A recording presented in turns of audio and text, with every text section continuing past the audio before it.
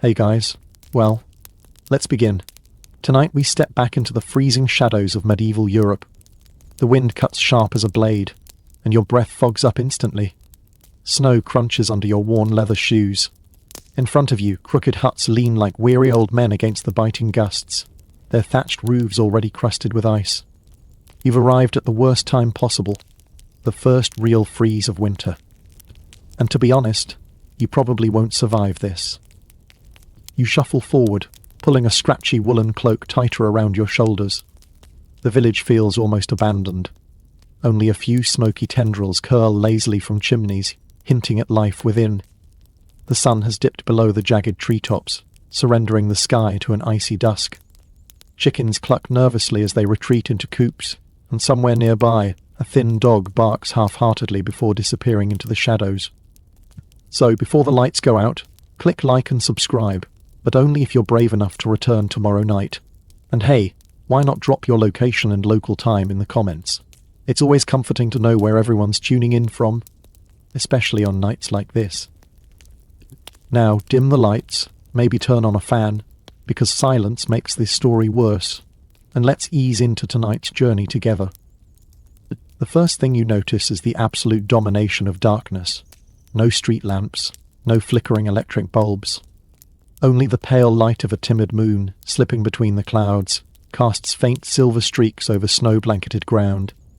As the last rays of sunlight vanish, winter owns this village completely. Every sound carries. You flinch at each unfamiliar noise. Your stomach growls, reminding you of another harsh reality.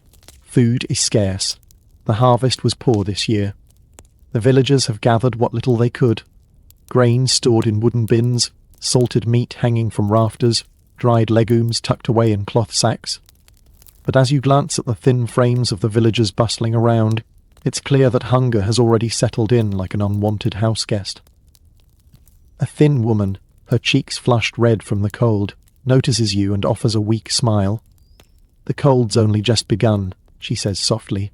"By February it'll feel warm compared to what's coming." Her voice trails off as she pulls her scarf tighter and hurries into one of the smoky huts. Historians still argue whether these small communities fared better than the wealthier estates during brutal winters. While lords had... As you make your way toward one of the homes, you're struck by the size, or rather, the lack of it. The entire family dwells in a single room, barely bigger than your modern studio apartment. The roof slopes so low you have to duck to enter. Thick bundles of straw form makeshift insulation in the walls, but you can still feel the icy breath of the wind pushing through tiny cracks in the wood. Inside, the air is heavy with smoke. A modest fire sputters in the stone hearth, its orange glow flickering against the rough-hewn beams. The smoke has nowhere to go but out the same hole it came in from, so it hovers near the ceiling like a ghost, its scent clinging to everything. The patched wool clothing, the roughly hewn wooden furniture, even the people themselves. Children huddle near the fire, their faces ruddy from both warmth and soot. You see their little hands clutching wooden bowls filled with something resembling soup, more accurately, hot water, flavoured with a few root vegetables and the last bit of salted pork. An older man coughs in the corner, his breath rattling unnervingly. His wife gently pats his back, but you see the worry in her eyes. Illnesses like pneumonia often swooped in mercilessly during winter. Outside you hear the wind begin to howl louder. It's the kind of sound that seems to crawl under your skin. It whispers at the edges of the windows and rattles the shutters like skeletal fingers tapping. You glance at the tiny window. Just a hole, really, stuffed with an oiled cloth to keep some of the draft out, and you realise how fragile this barrier is against the elements. The villagers speak in hushed tones, but the tension is palpable. Nights like this are dangerous. A simple accident, like letting the fire die out, could mean frostbite or worse before morning. Yet there's a strange resilience in their calmness, like people who have long accepted that nature makes no promises. Oddly enough, medieval peasants sometimes believed winter itself was cursed, almost a living entity plotting their demise. Superstitions whispered that witches or malicious spirits strengthened the cold. Some hung small chungs above their doors, little woven bundles of straw and bones, to ward off winter demons. Was it superstition? Historians still argue whether these beliefs provided layers of fear to already anxious nights. A loud crack suddenly jolts everyone. You spin toward the door, heart racing, but it's only a heavy branch giving way under the snow's weight. A nervous chuckle escapes from one of the teenagers, breaking the tension briefly. And then the conversation turns to tonight's real worry: the livestock. The villagers debate whether it's worth braving the storm to check on the goats and pigs one last time before sleep. Losing even one animal could spell disaster come spring. You wonder, how did people live like this year after year? It's a humbling thought. Modern inconveniences, slow internet, lukewarm coffee, feel laughable compared to the raw survival struggle these villagers endure nightly. One of the children sneezes, and his mother pulls him closer under her shawl. She whispers a prayer, her voice barely audible under the rising wind. You pull your cloak tighter, feeling your nose starting to numb. Welcome to your first winter night as a medieval peasant, and believe it or not, this is the easy part. You shift your weight as you stand inside the cramped hut, trying to find a spot that isn't already claimed by someone, something, or some pile of dried herbs and bundled sticks. The floor beneath your feet is hard-packed dirt, uneven and cold, and every time you shuffle, you kick up a little cloud of dust. The air is thick with the mingling scents of smoke, sweat, and something faintly sour, probably fermented cabbage from that pitiful soup bubbling on the hearth. This is home, or at least it's as close as you'll get to one during this winter. The hut barely holds together against the forceful winds whipping outside. The walls are wattle and daub, a crude but surprisingly clever lattice of woven branches, plastered over with a mixture of clay, straw, and yes, animal dung. You glance up at the thatched roof above you, which groans slightly with each gust of wind. Snow has already piled several inches thick up there, and you silently hope it won't collapse overnight. Historians still argue whether these simple structures were death traps or ingenious adaptations to their environment. Honestly, tonight it feels like a coin toss.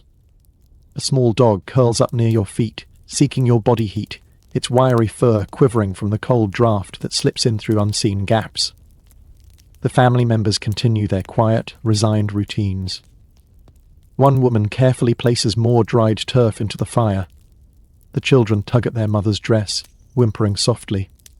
The old man coughs again. The fire pot. You can hear the wind whistle through the gaps in the walls. If you listen closely, it almost sounds like the house itself is groaning. The villagers aren't too worried about the cold getting in directly. It's the cumulative loss of heat that's the real enemy. Every little crack steals a tiny sliver of warmth, and tonight every degree counts. The walls, as fragile as they seem, are actually a product of generations of trial and error. Wattle and daub may sound primitive, but it allowed these villagers to build quickly with materials they had on hand. The thick clay layers help trap some heat inside, and the flexible wooden lattice gives the structure a surprising bit of resilience against storms. Of course, that doesn't mean it's cozy. Far from it. One curious fringe detail you notice. Some villagers have stuffed the cracks between the beams with moss or even animal hair, hoping to plug leaks. In a way, it's like a medieval version of caulking, just a lot itchier and probably smellier.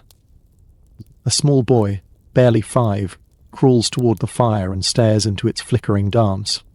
His mother gently pulls him back by the collar. Not too close, she warns softly. Last winter, Cousin Edric burned his foot.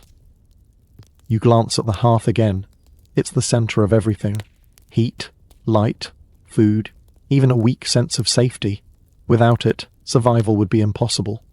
But it's also dangerous. Sparks occasionally leap up, landing dangerously close to the frayed edges of the bedding piled nearby. The bedding itself is a patchwork of whatever the family could gather. Some worn wool blankets, a few animal pelts, and heaps of straw that rustle noisily with every movement. You notice something odd tucked into the corner, a flat wooden paddle with soot marks. A quick nudge from your host confirms your suspicion. It's to tamp down the bedding, she explains, keep the mice from getting too bold. Ah yes, the ever-present uninvited guests. But we'll get to them soon. Outside, the storm intensifies. You hear the brittle clatter of frozen tree branches knocking against each other. The shutters, little more than planks tied with rope, rattle as though they might break loose at any moment. The dog beside you whines nervously. The temperature is still dropping, and you can feel it in your bones. One young man starts preparing for the night ahead by layering on more clothing, and by layering, we mean piling on absolutely anything that can act as insulation. You watch as he pulls a second woolen tunic over his head, then wraps a long scarf around his neck until his eyes peek out. Wool stockings over wool leggings, and then a second pair of boots that look almost comically large. It's not fashion, he jokes dryly, it's survival.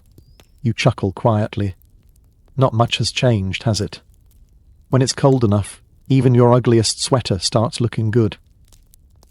Historians debate whether these villagers truly understood insulation the way we do today, or if they simply learned through brutal, repetitive trial and error.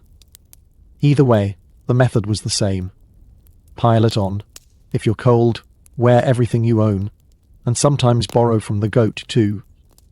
You hear the creak of the door, and a gust of snow-laden wind rushes in as one of the older boys returns from outside. His arms are loaded with extra firewood, mostly damp, but it'll have to do.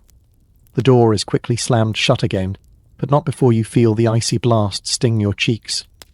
You rub your hands together near the hearth, relishing the brief burst of heat.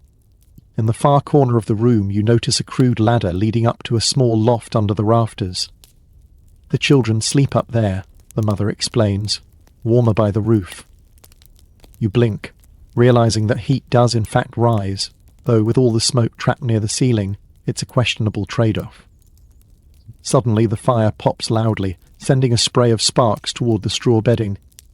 The father lunges forward, quickly stomping them out with practiced precision. You feel your heart race, but no one else seems terribly alarmed. It's just another night. You glance outside through the tiny window hole. The snow is falling harder now, heavy flakes swirling wildly in the wind. It feels as though winter is trying to smother the world in silence. And tonight, it just might. The fire crackles on as you settle into the corner, pulling your borrowed cloak tighter around your shoulders. You're starting to understand something important about medieval winter nights.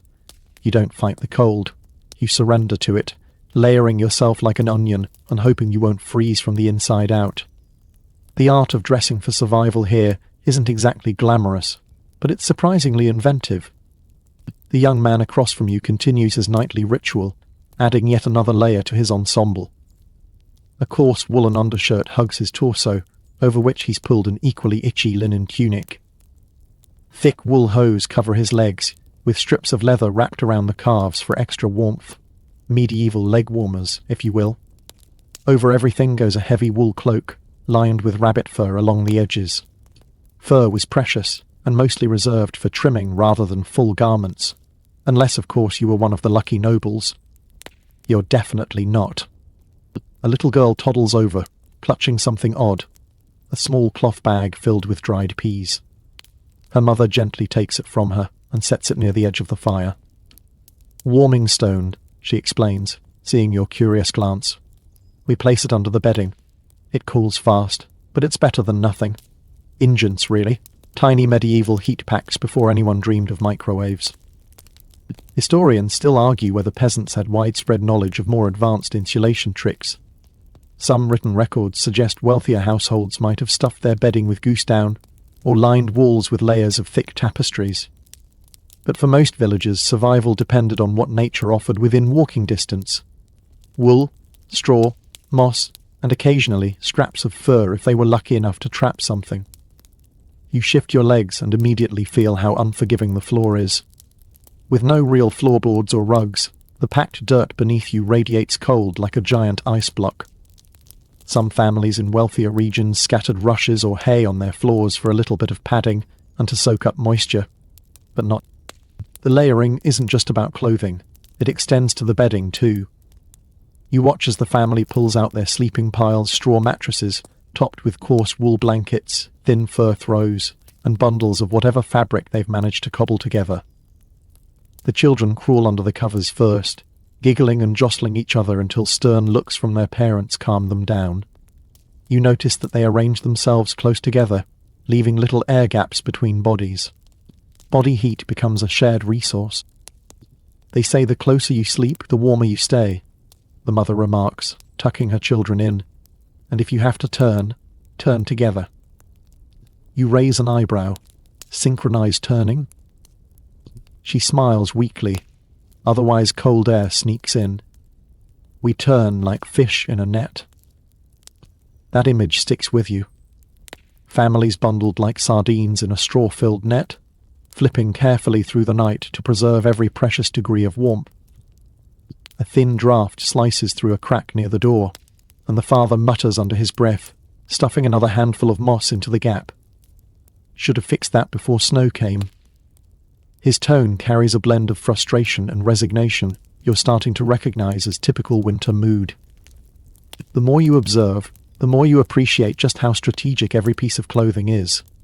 Wool is king here, not because it's luxurious, but because of its natural ability to hold warmth even when damp. That's critical when snow sneaks into every crevice, and melting frost can leave your outerwear perpetually damp. Linen underlayers wick away sweat, while leather boots, often stuffed with hay or old cloth, help keep toes from turning black. Historians debate whether the medieval peasants' clothing was more effective than we give them credit for. Some believe they developed surprisingly efficient layering systems through harsh necessity, while others argue that most peasants simply froze, accepting cold as part of life. Either way, you're quickly realizing that comfortable isn't a word anyone here uses between November and March. A teenager fiddles with a peculiar accessory around his neck, a scarf made from knotted strips of wool. You learn it's something of a folk remedy. The knots are placed strategically to trap warm air along key points of the body. Whether it works or not is unclear, but it certainly gives him something to do with nervous fingers as the wind howls louder outside. The dog beside you shifts restlessly, its ears twitching at every sudden gust. You glance toward the window again, half expecting to see the heavy snow pressing right up against the oiled cloth covering. The wind whistles through the night like a sad, endless flute. As you watch, the mother begins wrapping her feet with extra strips of linen before pulling thick woolen socks over them. Keeps the frostbite away, she explains, noticing your curious stare. Learned that the hard way when I was a girl.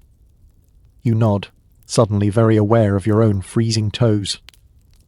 Even their headgear serves a purpose. Simple woolen caps, nightcaps really, pulled snug to keep ears and scalps warm through long, bitter nights. Without central heating, most of your body's warmth escapes from your head. A medieval peasant knows that well. Modern science agrees, though some historians still argue how much body heat actually escapes from your head versus other areas. Regardless, no one here is risking an uncovered scalp tonight. As preparations wind down, you hear a deep, long groan from the roof as more snow piles on top. The young man glances upward, muttering a short prayer under his breath. You realize that structural collapse isn't just a theoretical fear. It's a very real threat, when wet snow weighs heavily on thatch supported by wooden beams already weathered by years of storms. The fire crackles softly. The family exchanges tired glances, sharing silent prayers for an uneventful night. They've made it through nights like this before, but winter is long, and each night carries its own quiet gamble. You shift your weight again, feeling the cool dirt radiate its quiet hostility beneath you. The hut groans softly as another gust batters its sides. Everyone falls silent, listening. You hear the distant howl of a wolf, somewhere deep in the woods beyond the village. The cold has settled in for the night, and so have you. The fire's glow begins to dim, its light reduced to slow, pulsing embers that throw long, restless shadows against the hut's rough walls. The family moves closer together now, a silent migration toward what little warmth remains. You follow their lead, tucking your feet beneath you and pulling your cloak tighter. The thin dog presses itself against your leg with a faint whimper, an unspoken agreement between species. Tonight, heat is currency. You're struck by how much this small fire controls everything. It's not just a heat source, it's a heartbeat. The hearth sits at the very centre of medieval peasant life, and for good reason. Without it, this small room would quickly transform into a deadly icebox. It cooks their meals, dries their wet clothing, lights their nights, and most importantly, offers fragile resistance against winter's crushing cold. You glance at the crude chimney above the hearth, or rather, the hole that functions as one. Unlike grand castles or monasteries with stone-built chimneys, most peasant huts simply had an opening near the roofline to let some of the smoke out. Much of it, however, never makes it that far. Instead, it lingers like a low fog inside the room, swirling just above head height. The family has grown accustomed to it. You, on the other hand, find your eyes watering and your throat scratchy. Historians still argue whether medieval peasants suffered chronic respiratory issues from this constant exposure to smoke. Some accounts suggest widespread coughing and lung problems, while others claim that daily low-level exposure might have oddly toughened their lungs. You're leaning toward the coughing theory as your own chest tightens under the smoky haze. The fire sputters, a sharp pop startling you as a burst of sparks leaps toward the straw bedding. The father swiftly leans forward again, tamping them down with practiced precision. This delicate dance with open flame happens every night. The hearth keeps them alive, but threatens them too. To keep it going through the night, the family has stockpiled what little fuel they could gather, twisted bundles of dried sticks, chunks of peat, and occasionally dried animal dung, which burns surprisingly well despite its rather unfortunate smell. You notice a few such bundles stacked neatly beside the hearth. "Wood's precious," the father says quietly, following your gaze. "We burn whatever we can." He taps one of the bundles with his boot. "Peat's better than nothing." Peat, those dense chunks of partially decayed plant matter dug from bogs, has been the secret weapon of cold regions for centuries. Difficult to harvest, but an excellent source of long-burning heat once dried properly. Wealthier households might import it, but for these villagers, it's a back-breaking local chore. Suddenly you notice something else. An odd bundle, hanging from a hook above the hearth. For protection, the mother explains softly, keeps the bad spirits away, and sometimes the coughing. A mix of folklore and desperation, classic medieval medicine. The exact blend of herbs varies from village to village, but often includes lavender, sage, or even bits of garlic, all believed to ward off illness and evil alike. Historians still debate whether these hanging bundles had any medicinal merit beyond the psychological comfort they offered. But when survival bounces so precariously on such fragile details, the older children begin to doze off now, their bodies wrapped tightly under the patchwork bedding, little faces barely visible beneath fur-lined caps. The youngest clutches a crude cloth doll filled with extra straw. Sleep is essential in this battle against the cold. The body fights harder when rested, and these villagers know better than to squander precious energy on late-night chatter. Your own eyelids grow heavy, but every time you begin to nod off, another sharp crack from the wooden beams jolts you back to attention. The hut groans and shifts under the weight of accumulating snow. The father occasionally glances upward, silently estimating whether they'll make it through the night without having to rush outside and knock snow off the roof. It's in these quiet, vulnerable moments that you start to feel the true weight of winter for medieval peasants. Survival here isn't dramatic, it's tedious, repetitive, and utterly dependent on the tiniest factors. One extra stick of firewood, one stronger gust of wind, one spark too close to the straw mattress. A gust of wind whistles louder, shaking the shutter so violently you instinctively brace for impact. The dog beside you growls low, but the wooden planks hold. For now. You think about how this same scene plays out every night across hundreds of villages. Tiny hearths glowing like scattered stars across a vast, frozen countryside. No insulation, no backup plan, just fire, fur, and faith. As the embers dim further, the father carefully places another piece of peat onto the fire. He adjusts the dampers, little clay slabs used to help control airflow, hoping to stretch the heat longer into the night. You sense how every bit of knowledge, every passed-down technique, matters here. Historians still argue whether peasant families maintained this fragile balance out of skill or pure necessity. You suspect both. When freezing to death is an annual possibility, even the smallest tip becomes sacred knowledge. The flickering orange light casts tall, bending shadows along the uneven walls, making the tiny hut feel strangely alive, like a great wooden creature breathing slowly in rhythm with the fire's pulses. You pull the scratchy cloak tighter, huddling deeper into the makeshift bedding. Outside, the wind roars louder, carrying distant, mournful howls from creatures that have far less shelter than you do. Snow continues falling steadily, piling against the walls like a growing white blanket determined to bury the world 1 inch at a time. And here you remain, nestled in a smoky room filled with sleeping bodies, the air thick with the mingling scents of wool, smoke, and desperation. The hearth's glow fades to a faint red pulse. Another winter night is only just beginning. The night drags on, thick and silent but for the steady breathing of those around you. Yet there's a subtle choreography playing out beneath the stillness. Beneath the heap of patchwork bedding, the family isn't just sleeping. They're strategically arranged for maximum warmth. This is where the phrase "sleeping like sardines" takes on a brutally literal meaning.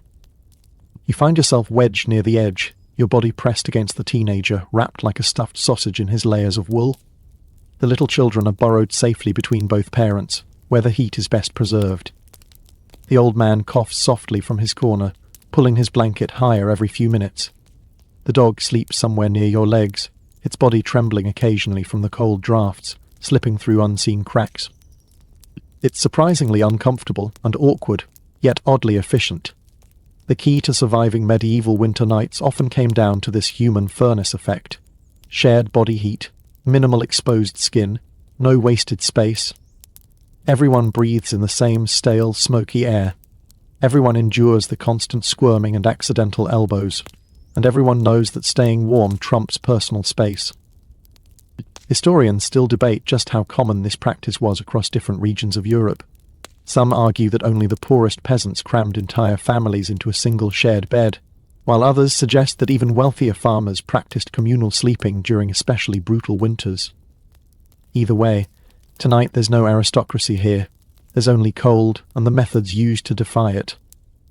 At one point, the teenager beside you shifts awkwardly, causing a slight opening in the bedding. Instantly, a thin, icy draft snakes its way through the gap. Both of you flinch in unison.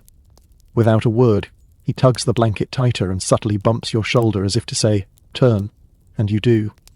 Like synchronized fish in a tight net, you roll together, pressing new sides against each other to warm the freshly exposed skin. You can't help but smile at the strange intimacy of it all. This dance continues throughout the night. Small, synchronized turns to keep the warmth circulating while minimizing cold air infiltration. Anyone who moves out of rhythm risks exposing everyone to the chill. It's both a family ritual and a matter of survival. The mother mutters something half asleep. "Turn with the rhythm." You sense she's said that phrase thousands of times before. The bedding itself is its own ecosystem. Underneath you is a lumpy straw mattress, stuffed with dry reeds and chaff from the last harvest. It's scratchy, uneven, and alive with its own minor inconveniences. Somewhere inside the mattress, you hear the faint scurry of tiny creatures, likely mice or even fleas, making themselves equally at home. You resist the urge to shift again. The cold is bad enough. Inviting in a swarm of biting insects would be worse. And yet, these shared beds were often cleaner than the alternative. At least inside the warm cocoon of bodies. Parasites tended to stay localized rather than scattering around the room. One of history's smaller ironies. Historians still argue whether communal sleeping reduced or amplified the spread of illness. Proximity certainly made contagious diseases harder to avoid, but the warmth and companionship may have boosted resilience against the cold itself. It's a delicate, miserable balance. A muffled grunt breaks the silence as the old man wakes briefly to cough again. His daughter shifts to check on him, pressing a hand gently to his forehead. "No fever yet," she whispers. "Good." The air feels even smokier now, and you realize the fire has dwindled dangerously low. The father stirs, reaching out from beneath the bedding to toss another bundle of dried turf onto the embers, without fully rising. The orange glow flares briefly, casting your crowded group into sharp silhouettes that dance along the walls like ancient cave paintings.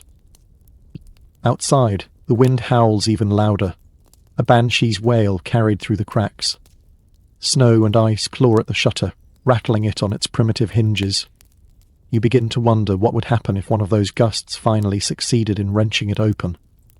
The blast of air could freeze the entire room within minutes. The teenager senses your tension. "She'll hold," he murmurs drowsily, referring to the shutter. "She always does." You nod, grateful for his unflappable confidence, even as another creak overhead suggests the roof is growing increasingly burdened by snow. To distract yourself, you glance around at the little oddities stuffed into corners of the room. Near the wall sits a small wooden cradle, currently empty. Hanging from one of the crossbeams is an assortment of winter tools. A wooden snow scoop, a bundle of frozen herbs, even a small cloth bag containing dried bread crusts saved for emergencies. You notice that nothing goes to waste here. Every item serves a purpose, no matter how trivial it might seem. A faint scratching sound comes from one corner. The dog growls low in its throat but doesn't rise. You realize it's likely one of the mice claiming its own midnight snack. The family ignores it. After all, the mice are here every winter, doing their own version of this survival dance. Tiny squatters, tolerated so long as they don't grow bold enough to nibble on toes. As you listen to the muffled chewing, your thoughts drift to the mechanics of survival. This communal bed isn't just warmth, it's emotional insulation too. The constant contact eases fears. The rhythmic breathing reassures one another that life continues through the darkness. Even the dog's proximity feels comforting. Historians still debate whether this close sleeping arrangement created stronger family bonds or simply fostered resentment born of discomfort. Perhaps both. But tonight you can't deny the odd sense of unity wrapped within the claustrophobia. The cold outside shows no sign of relenting. Snow continues piling up, pressing harder against the low walls. The wind's occasional screams seem almost sentient, as though mocking your fragile shelter. And yet, inside this smoky, scratchy, crowded nest of straw and wool, you remain, turning together, breathing together, enduring together. For one more long winter night. The hours dragged forward, and somewhere deep in the long night, a new, less glamorous survival problem creeps into focus. You feel it first, a quiet, familiar pressure in your bladder. Unfortunately, you're not alone. A soft whisper floats through the huddle, followed by a light rustling of bodies, shifting as one of the older children carefully extricates himself from the tightly packed bedding. You watch as he tiptoes across the room toward a simple wooden bucket tucked into a shadowy corner. There it is, the unsung hero of medieval winter nights, the chamber pot. This humble object plays a surprisingly critical role in surviving freezing nights like this. No one in their right mind would venture outside into sub-zero temperatures and knee-deep snow for a bathroom trip, unless absolutely necessary. Instead, every family keeps a chamber pot or two nearby, minimizing exposure to the deadly cold beyond their walls. The boy finishes quickly, carefully replacing the lid to trap the smell, and slides quietly back into the human heap. His sister, already half asleep, mumbles, "Don't knock it over this time." He grins sheepishly, but says nothing. Historians still argue whether medieval peasants fully understood the health risks of keeping waste indoors like this. On one hand, chamber pots certainly reduced dangerous late-night exposure to frostbite. On the other, they filled the air with less than charming aromas that might have contributed to respiratory or stomach issues. But when the choice is between freezing or a bit of unpleasant odour, the calculation is simple. The dog stirs slightly as you shift position to ease your own growing discomfort. You wonder if you can make it till morning. But of course the medieval night is long, far longer than you're used to. Without electric lights to extend the day, most peasants went to bed as soon as darkness fell. In winter, that means people often remained in bed for 12, sometimes 14 hours, waking intermittently in the cold, smoky dark. And this long, extended rest created its own little strategy, sometimes called segmented sleep. After a first period of deep slumber, villagers often awoke naturally for an hour or two in the middle of the night. During this twilight break, they might stoke the fire, check on animals, share quiet conversations, pray, or in less romantic terms, relieve themselves. Then, once their bladders were empty and their fire refreshed, they'd drift into a second period of lighter sleep until dawn. You're now fully experiencing this medieval rhythm firsthand, wide-eyed during the awkward middle of segmented sleep. The fire has dipped to faint red coals again. The father leans forward groggily, poking at the embers and adding another chunk of peat to prevent full extinction. The wind outside moans like some restless giant stalking the countryside. Snow continues piling against the low door, drifting higher as though trying to bury the entire home in a quiet, suffocating embrace.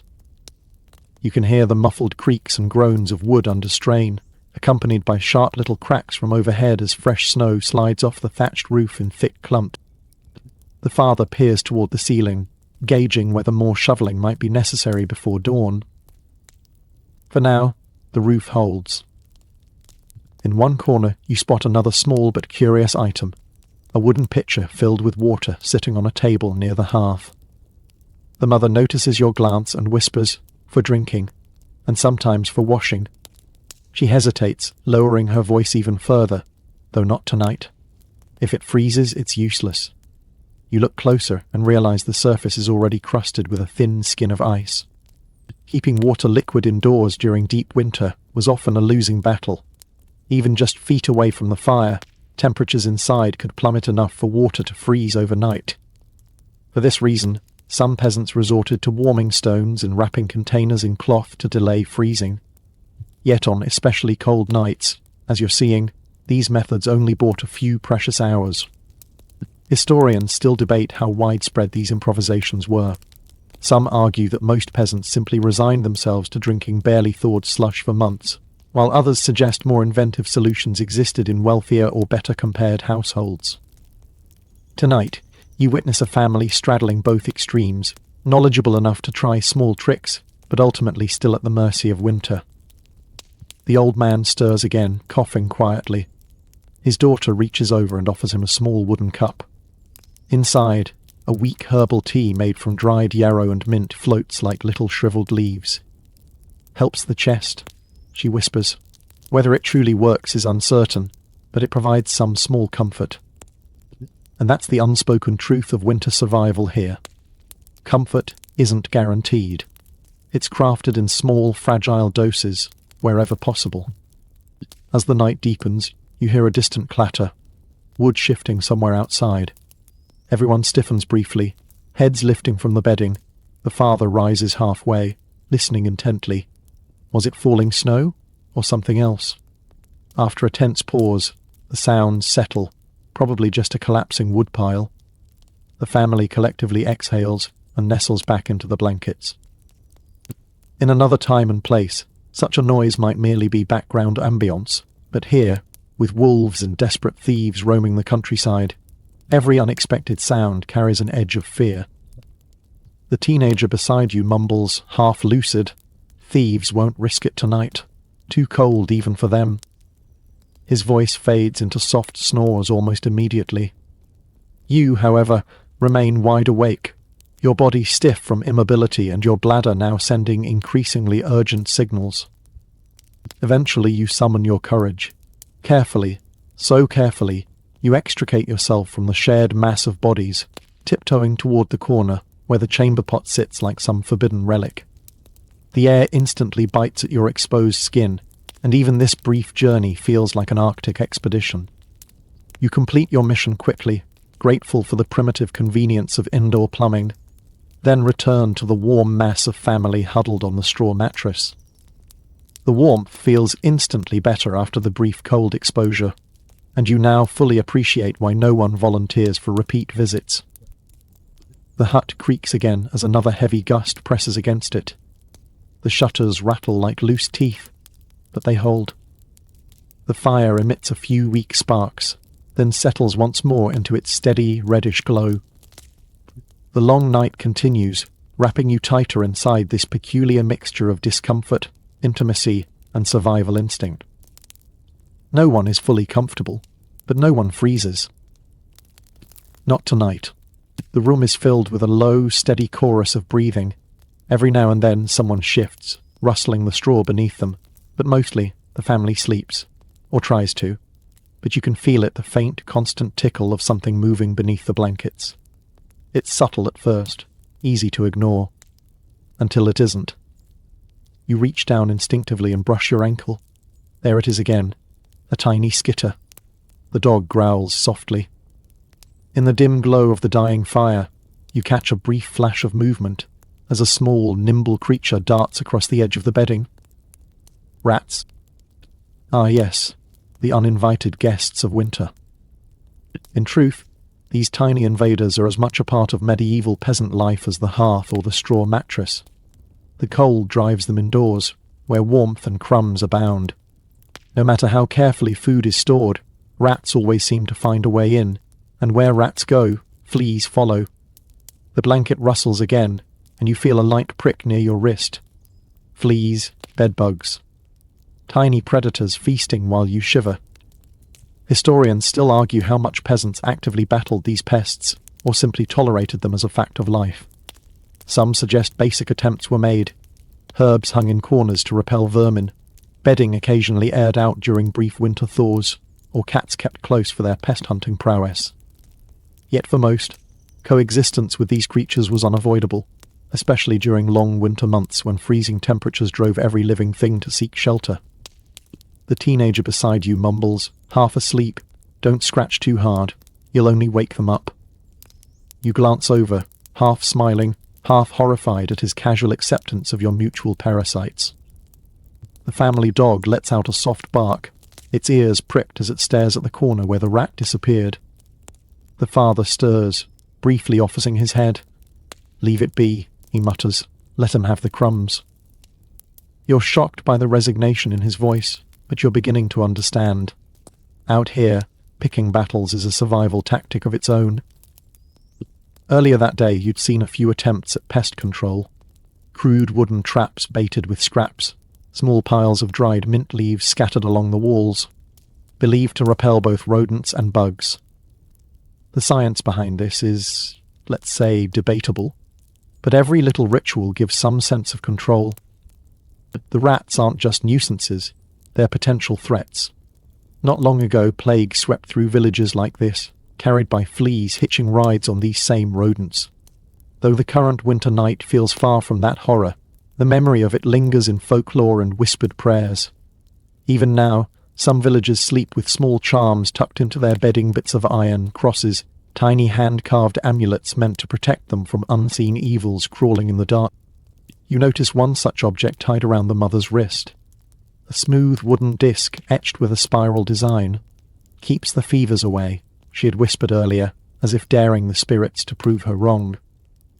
Historians still debate whether these talismans were widespread or more regional customs, but their presence suggests that fear ran deeper than mere superstition. When sickness could strike without warning, any protection was worth the effort. The old man coughs again, but his breathing remains steady.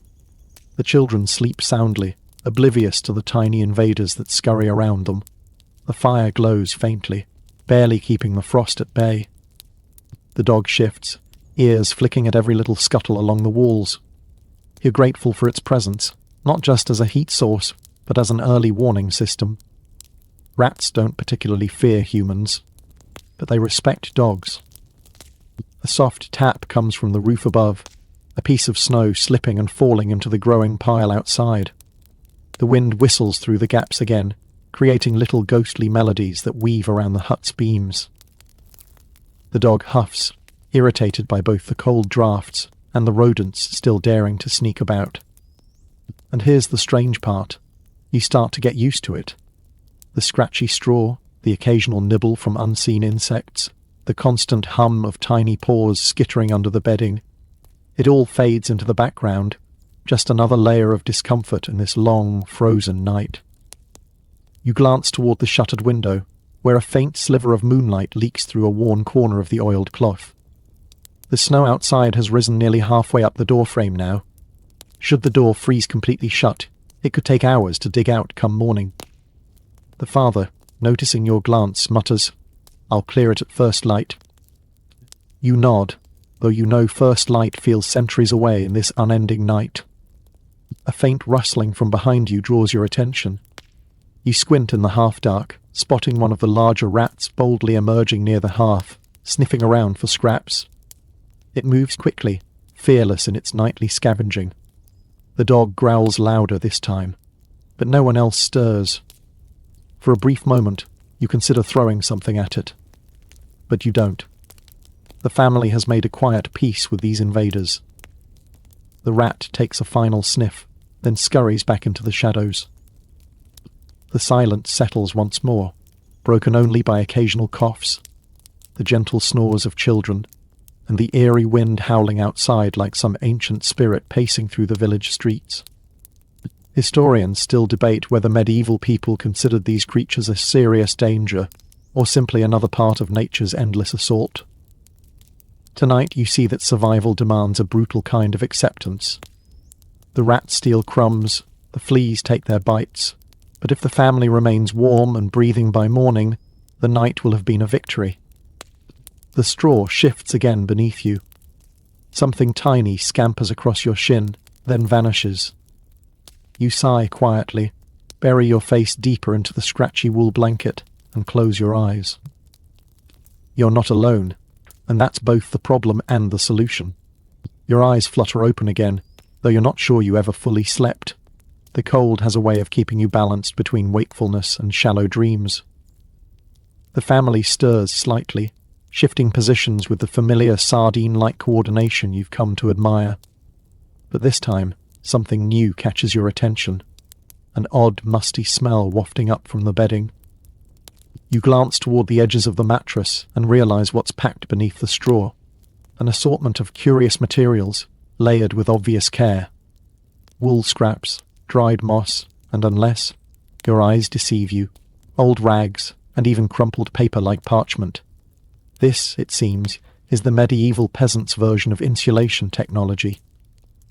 Historians still argue how much creativity peasants employed in insulating their bedding and homes. You're witnessing firsthand the lengths they'd go to stuffing anything remotely warm, soft, or moisture-absorbing into mattresses and wall cracks.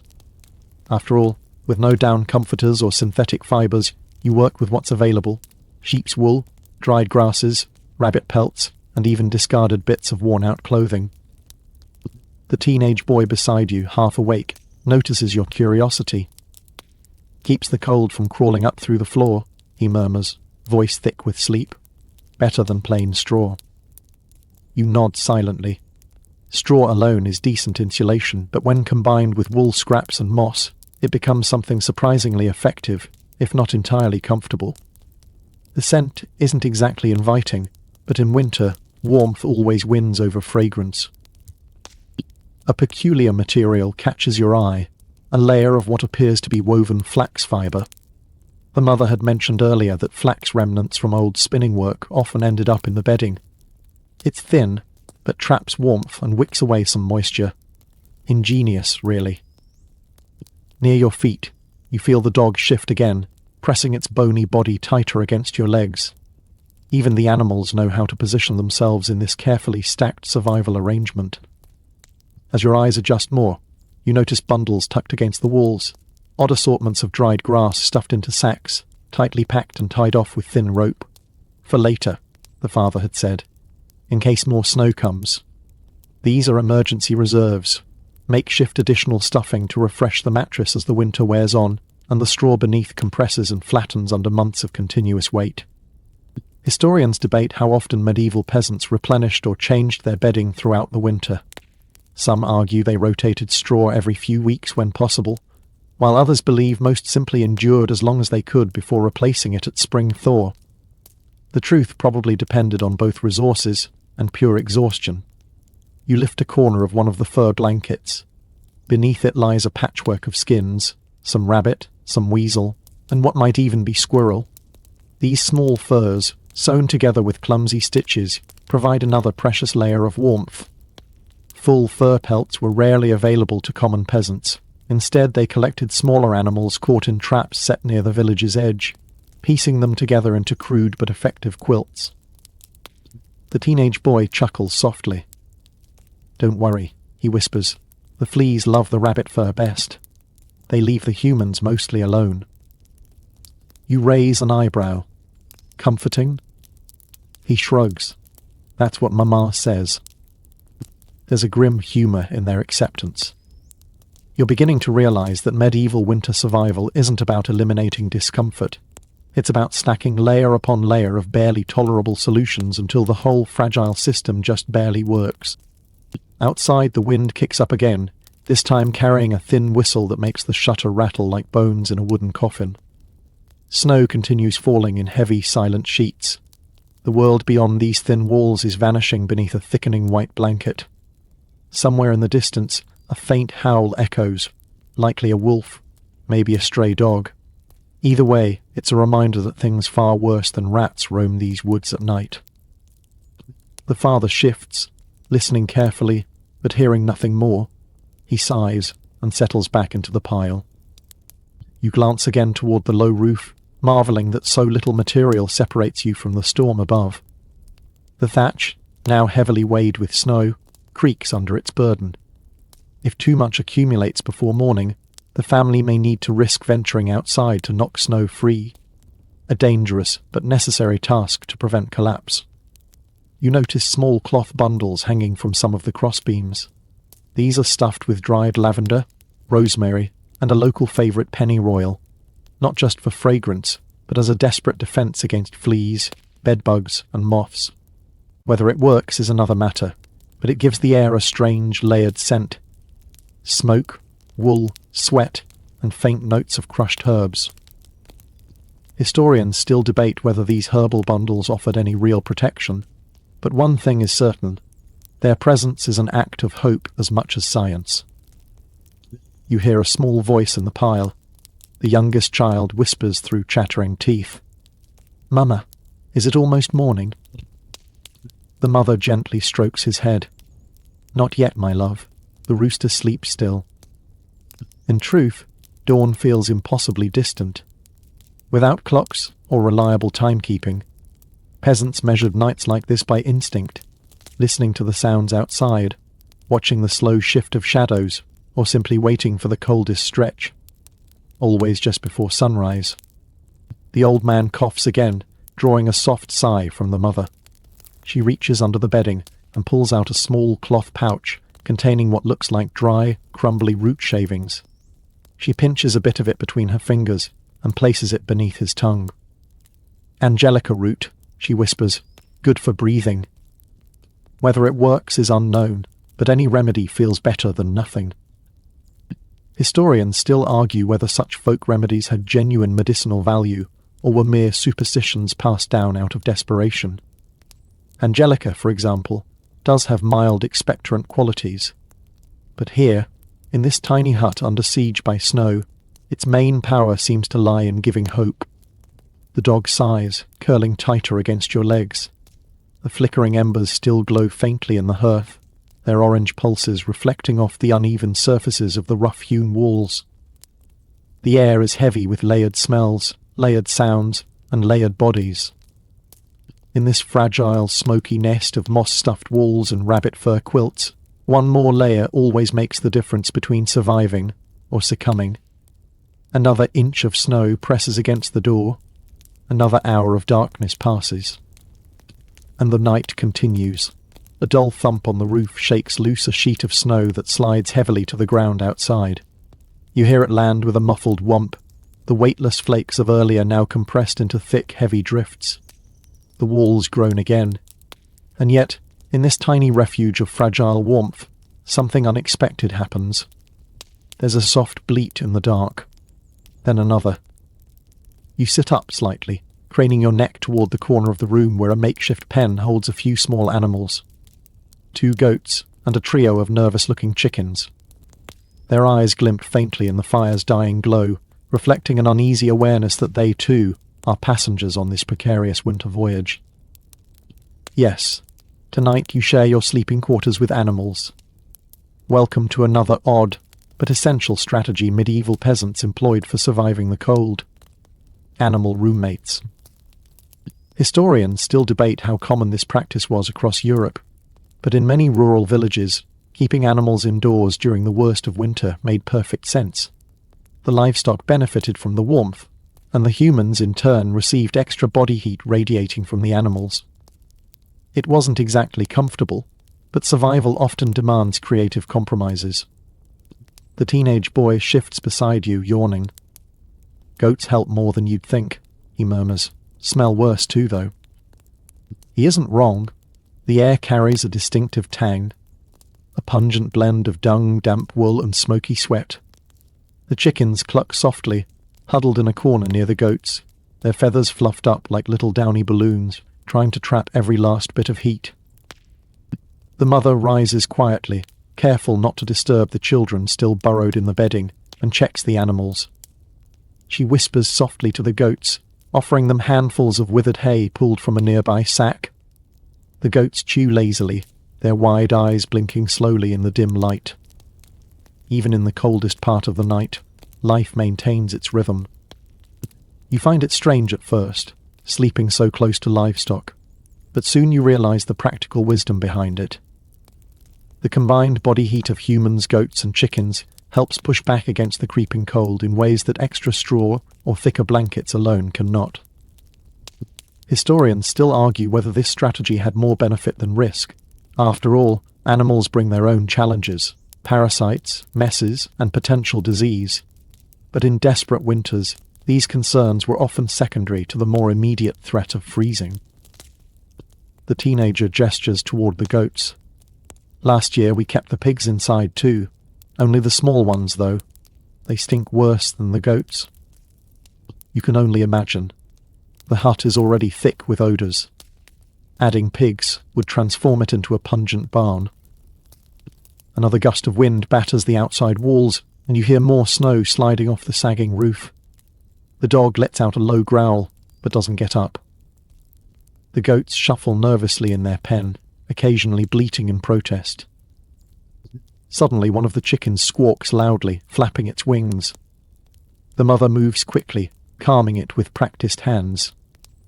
"She now," she murmurs. "No foxes tonight." Foxes, like wolves, were unwelcome visitors in medieval villages, especially during winter, when their hunger drove them dangerously close to human homes. This simple pen of livestock provides not just warmth, but vital food and trade resources. Losing even one animal would be a bitter blow. The father, half awake, grunts from under the bedding. "Snow's too deep for foxes tonight." His voice carries the tired certainty of a man who has endured many winters. You lie back again, adjusting your position as the teenager carefully resettles himself beside you. The straw mattress creaks faintly under your combined weight. The warmth returns quickly, as if your bodies had never shifted. Even the goat's steady chewing and occasional soft bleats become a strange kind of comfort. It strikes you just how communal winter survival is in this world. Not just families, but entire species huddle together, combining warmth, resources, and risk in one shared fight against the bitter night. No one sleeps entirely peacefully, but everyone contributes to the fragile equilibrium. The mother returns quietly to the bedding, sliding back under the layers of fur and wool. The children snuggle against her, their small bodies radiating tiny but precious amounts of heat. The old man sighs softly in his sleep, his breathing still shallow but steady. The hearth sputters, its glow reduced to a low, pulsing ember. The air grows colder with each passing hour, pressing in like an invisible hand. Yet the mass of bodies, human, animal, and otherwise, keeps the worst of it at bay. Historians still debate how widespread the use of animal roommates was beyond subsistence villages like this one. Some wealthier peasants had barns attached to their homes, offering better separation, while still sharing warmth through thin walls. Here, though, space is limited, and direct proximity is the only option. The dog lifts its head briefly as another creak sounds from the roof. Snow continues to fall, relentless and heavy. The world outside has vanished beneath its growing weight, but inside, the hut remains a small bubble of stubborn life. The teenager whispers again, his voice drowsy but amused. Sometimes I think the goats snore louder than father. You chuckle softly, careful not to wake the others. The goat lets out another gentle bleat, as if offering its own sleepy agreement. And then silence settles once more. The long winter night stretches on, measured not by clocks, but by the slow, rhythmic breathing of humans and animals alike. And you close your eyes again, pressing deeper into the shared warmth of the tangled bedding. The dog sighs heavily beside you. The goat shifts, a chicken clucks softly in its sleep. And the night holds. A thin beam of moonlight shifts across the dirt floor, barely illuminating the bundles of dried roots and woven baskets stacked against the wall. But your attention drifts elsewhere now, to a low wooden shelf near the hearth, where odd-looking jars sit like silent sentinels. Inside them are the secret weapons of winter survival, though you're not sure whether to be impressed or a little queasy.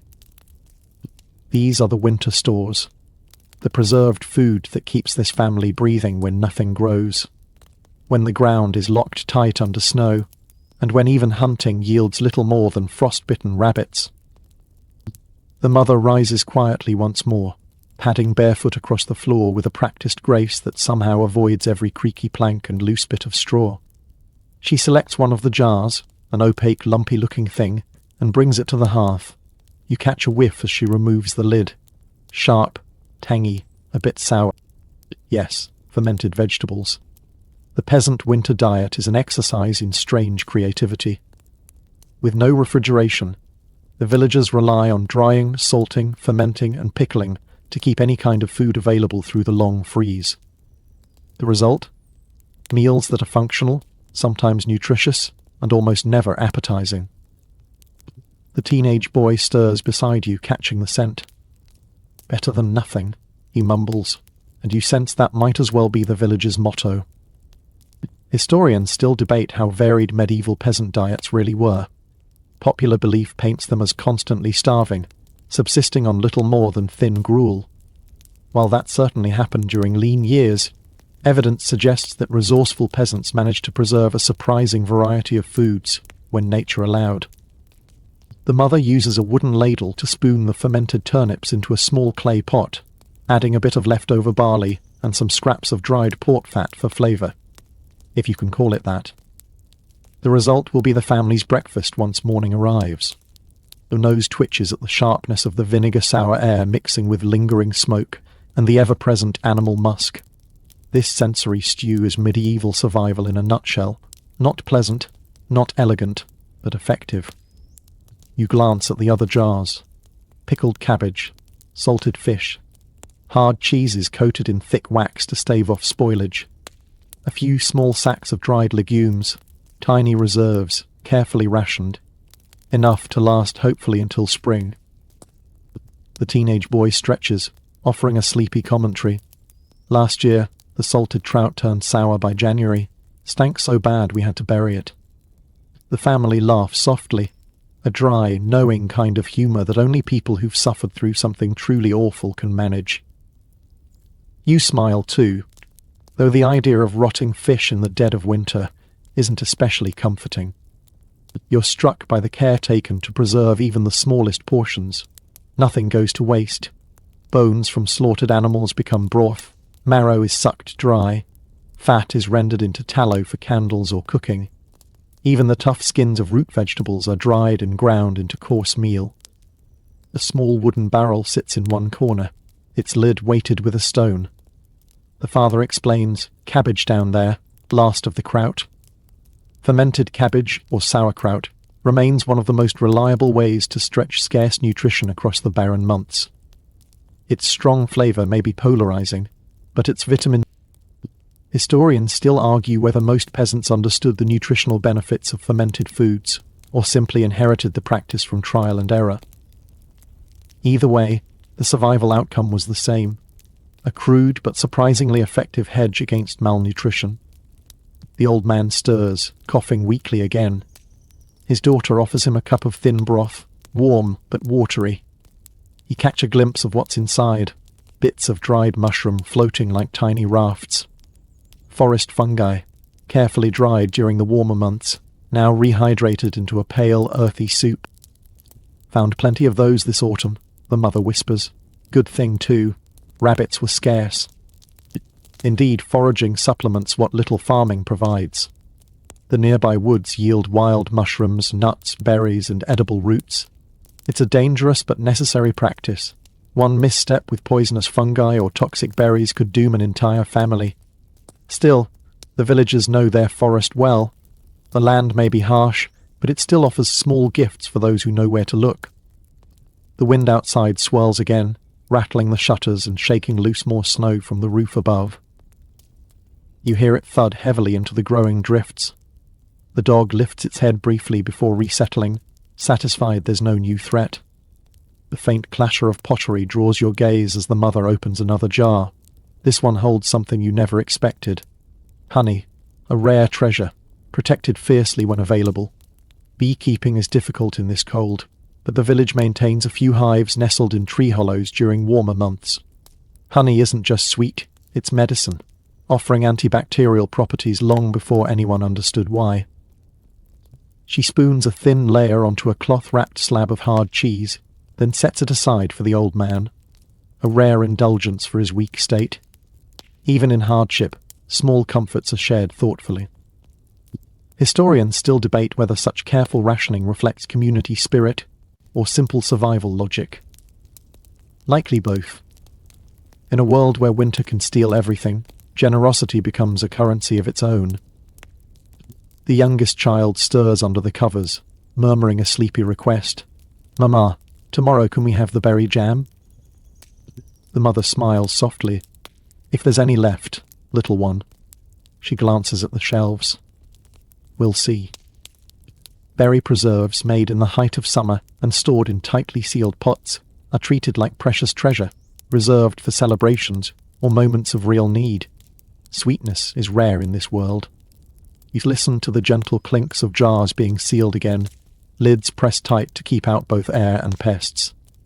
The room smells richer now, a strange but oddly comforting mix of fermented vegetables, smoky broth, faint honey, and wool-dampened warmth. The fire glows faintly in the hearth, its embers still pulsing. The wind hisses outside, pressing snow against the fragile walls. But inside, in this cramped, smoky space of strange preserved foods and tightly packed bodies, there's a fragile sort of safety. The night continues, and the supplies hold. For now, the quiet hum of the long night is broken by a low mutter near the hearth. The old man shifts in his bedding again, his breath rasping thinly. The mother moves quickly, pressing a hand to his forehead. You can see the worry in her eyes, even as she tries to maintain her calm. His cheeks are flushed now, too flushed. Illness. The true predator of these long winters. It's not the wolves or rats that most threaten medieval peasants on nights like this. It's sickness. Pneumonia, influenza, fevers of unknown origin. Any one of them can turn an already brutal winter into a tragedy. The mother signals to the father, who rises stiffly and moves toward the shelves where the herbal remedies are kept. You watch as he selects a bundle of dried leaves, then another small cloth pouch filled with what appears to be crumbled bark. The entire room fills with a subtle new aroma as he begins brewing something over the glowing coals. Herbal medicine, half science, half superstition, stands as one of the few defences these villagers have against illness. Yarrow for fever, willow bark for pain, elderberry for cough, angelica root, again, for the lungs. Historians still argue whether these herbal remedies provided actual medical benefit or simply offered psychological comfort. Modern science supports some like willow bark's pain-relieving salicin, but many others remain debatable. Yet for these peasants, they represent hope, and hope can be as potent as any medicine when you're trapped in the cold grip of winter. The teenager watches the brewing mixture with a furrowed brow. "Worked last time," he says quietly. "Helped Uncle when his lungs filled up." You can hear the strain in his voice. It's not quite confidence, more like desperate reassurance. The mother carefully feeds the old man a few sips of the steaming liquid, holding the wooden cup steady in his shaking hands. His eyes flutter briefly, then close again as the warmth begins to spread through his fragile frame. Whether it's healing him or simply offering comfort, you cannot say, but for now, he breathes a little easier. You become acutely aware of how vulnerable this family truly is. A simple cold can escalate quickly in these conditions. Packed tightly together, sharing air and blankets, one illness often spreads through the entire household. And without modern antibiotics or doctors, survival depends entirely on luck, experience, and these time-worn herbal brews. The teenager notices your worried glance. We watch for the red rash. If that comes, we pray harder. The red rash, possibly a reference to scarlet fever, smallpox, or countless other contagious diseases that ravaged communities like this one. Entire villages could be emptied in a single winter when illness swept through. The wind outside howls again, as if echoing that dark possibility. You glance at the bundles hanging from the crossbeams. Small charms, sprigs of dried garlic, tiny carvings of primitive talismans meant to ward off evil spirits believed to carry sickness. You've seen several already, each one slightly different.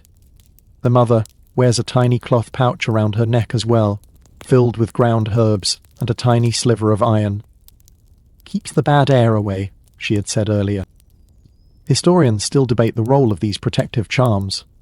Some view them as simple superstition, while others suggest they offered real comfort, and even a kind of placebo effect that could bolster a person's will to fight off sickness. The father adjusts the bedding over the old man, tucking it carefully around him. The rest of the family remains huddled close, watching in silence.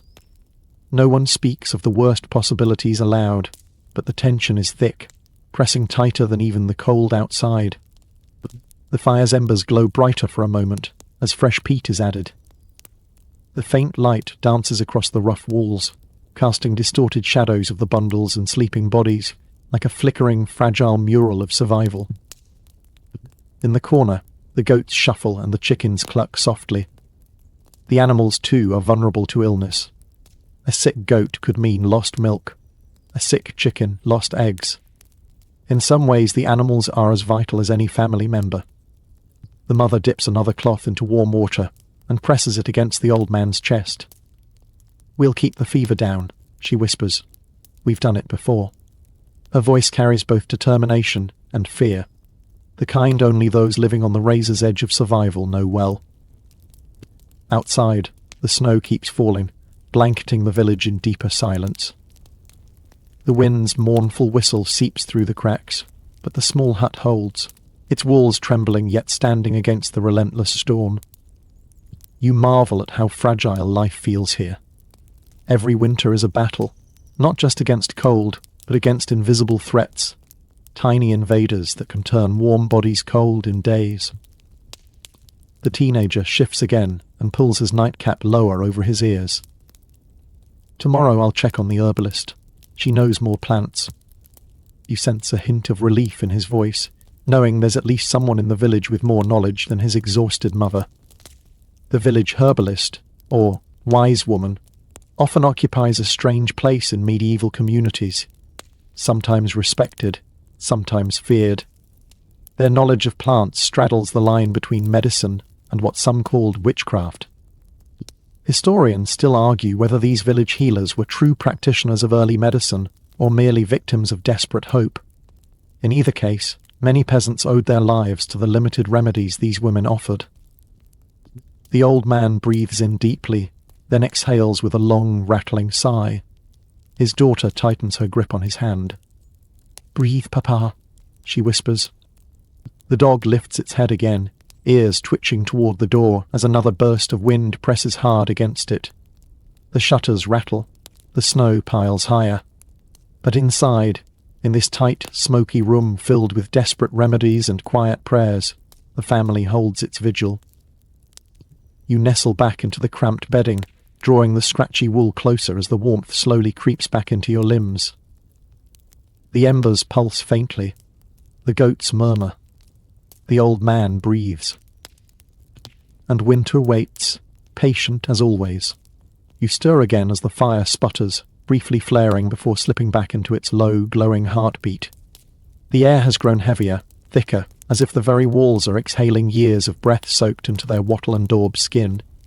In the tight space, you can hear every breath, every sigh, and now more unsettlingly, every cough. Not just the old man anymore. One of the children coughs softly beneath the covers, followed quickly by a sniffle from another. This is how it starts. In these close quarters, sickness doesn't knock politely.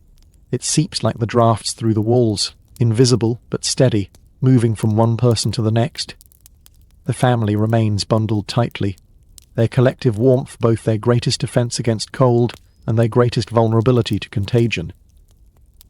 The mother sits upright again, watching her children with a subtle tension pulling at her features. She doesn't need to say it aloud. The fear is shared by every adult here.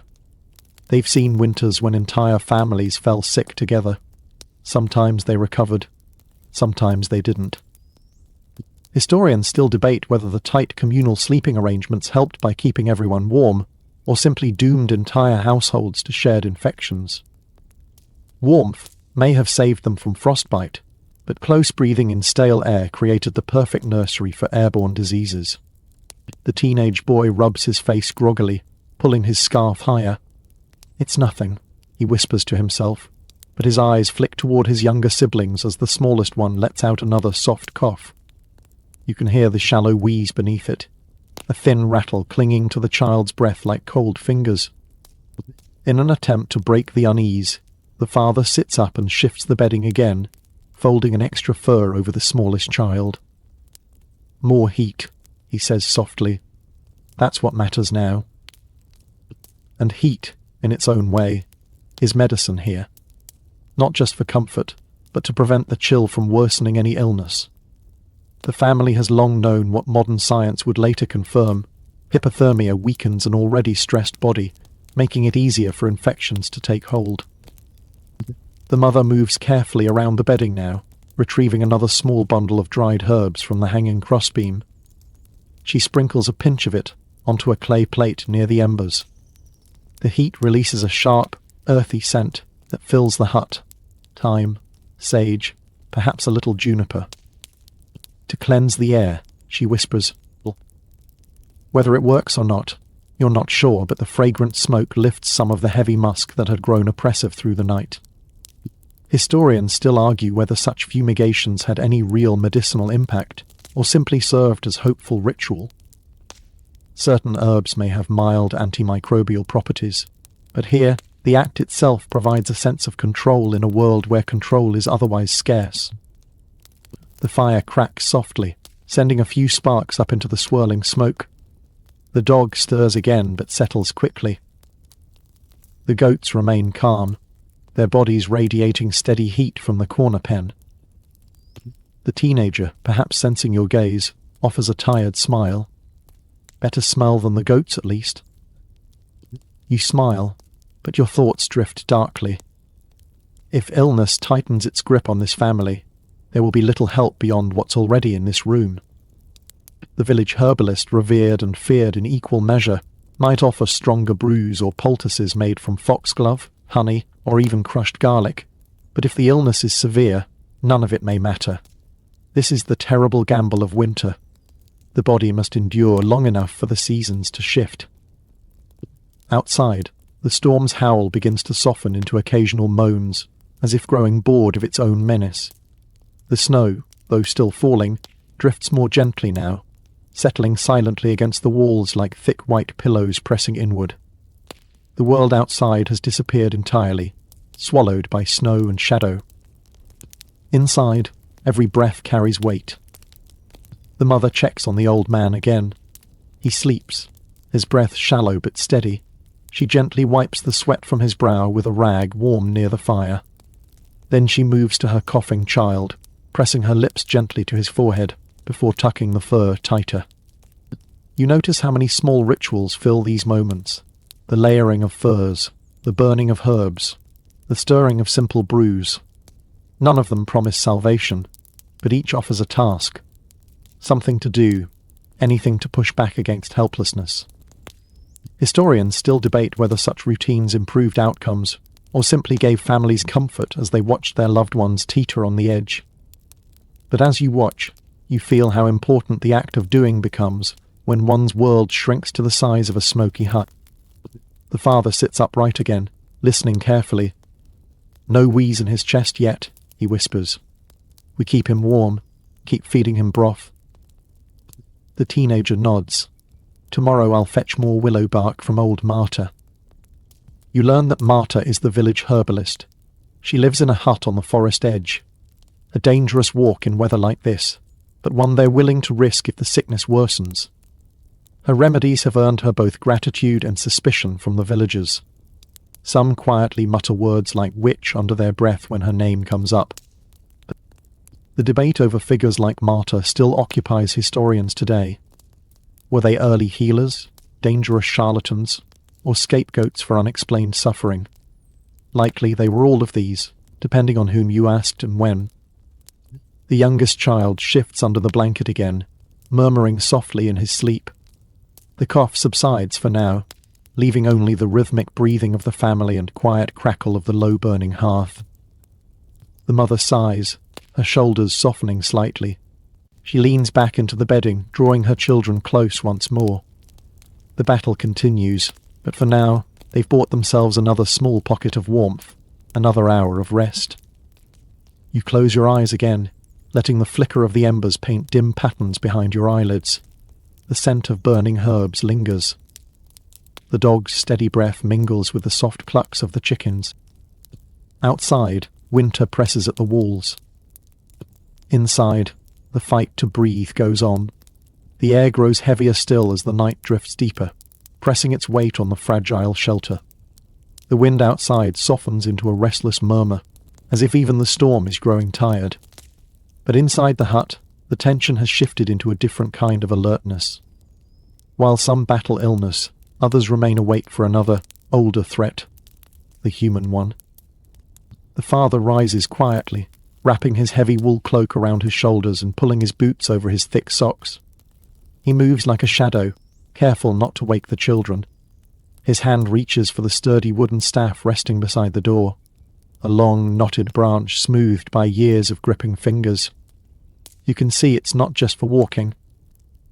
Tonight, he's taking his turn as night watcher.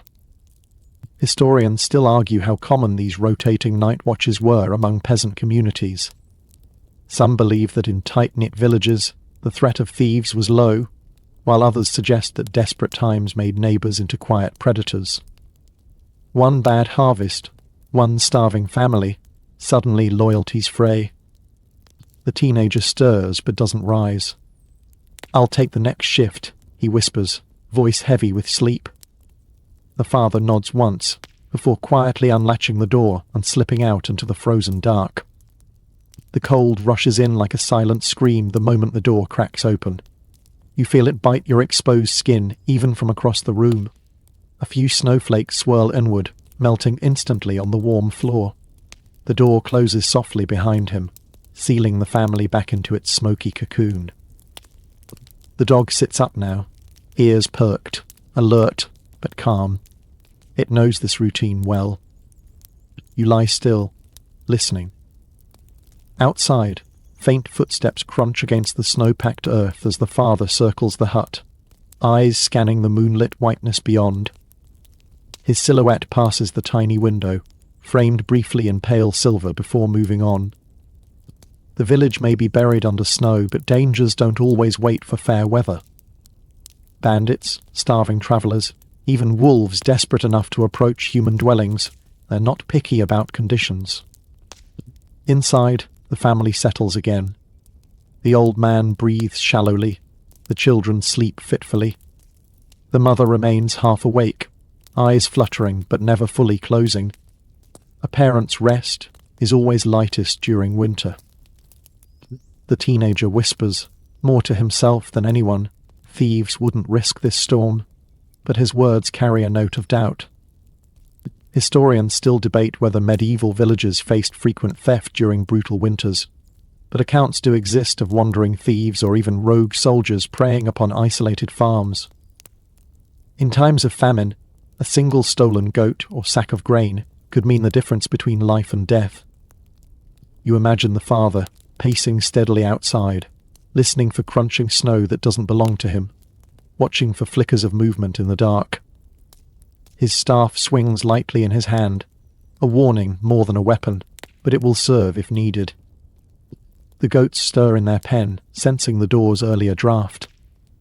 One bleats softly, and the dog shifts closer to you, its eyes still following the sounds outside. The mother finally allows her eyes to close for a moment, though her hand never leaves her child's shoulder. Even sleep is an act of vigilance here. The teenager opens one eye. He'll knock if there's trouble. You nod slightly, though part of you doubts that any knock would come gently if danger arrived. Outside, the moon emerges fully from behind its thin curtain of clouds, casting silver light across the heavy snowdrifts that have swallowed fences, paths, and carts. Only the uneven humps of buried rooftops betray where homes lie beneath the great white blanket. The father's shadow passes the window again, his rhythm unchanged. Every few steps he stops, head turning to scan the darkness. He knows this village better than anyone. He knows where loose boards creak, where snow crunches differently under thin ice, where the wolf's den lies just beyond the woods. You wonder what keeps him more vigilant, fear of animals or fear of men. Historians still argue whether communal night watches arose more from genuine external threats or internal distrust within desperate communities. But in winter, it matters little. Hunger makes risks worthwhile for desperate souls. Suddenly the dog lifts its head, ears standing tall, its body tenses, muscles coiling under its shaggy fur. You freeze, straining to hear what it detects. For a moment, only silence. Then a soft, faint creak from somewhere near the outer edge of the hut. Not from the father's deliberate pacing. This sound is different, lighter, quieter, closer. The mother's eyes snap open, her body rigid now. She hears it too. So does the teenager, who quickly slides a small wooden club from beneath the bedding, gripping it tight. Another faint crunch of snow. Close. The dog gives a low, barely audible growl. You feel your heart thudding in your chest as the tension coils tighter. The mother moves silently toward the hearth, where a thick piece of firewood rests nearby. Crude, but heavy. Then 3 sharp knocks against the door. Not frantic, not forced, just 3 simple knocks. The teenager exhales softly. It's him. The mother steps forward and cracks the door slightly. Cold air floods the room again, and the father slips back inside, stamping snow from his boots. His face is calm, but you can see the slight tightness around his jaw. "Only a fox," he says quietly, sniffing around the chickens. He gently closes the door, securing it again with its wooden bar. The dog relaxes instantly, curling back into its corner. The family breathes again. You can almost hear the tension draining from the room like water from a leaking barrel. The father returns to the bedding and settles under the layered covers. "No men tonight," he adds softly. "No tracks but my own." The teenager shifts beside you. "Tomorrow will be colder," he predicts quietly. "That's why they stay away."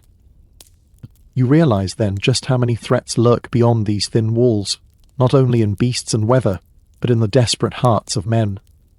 And how fragile this safety feels, balanced between trust, vigilance, and the unspoken pact that tonight, at least, no one crosses the line. The embers pulse weakly in the hearth, the goats sigh, the snow falls. And the watch continues, not with eyes open, but with ears alert, and bodies ready to rise if danger dares return.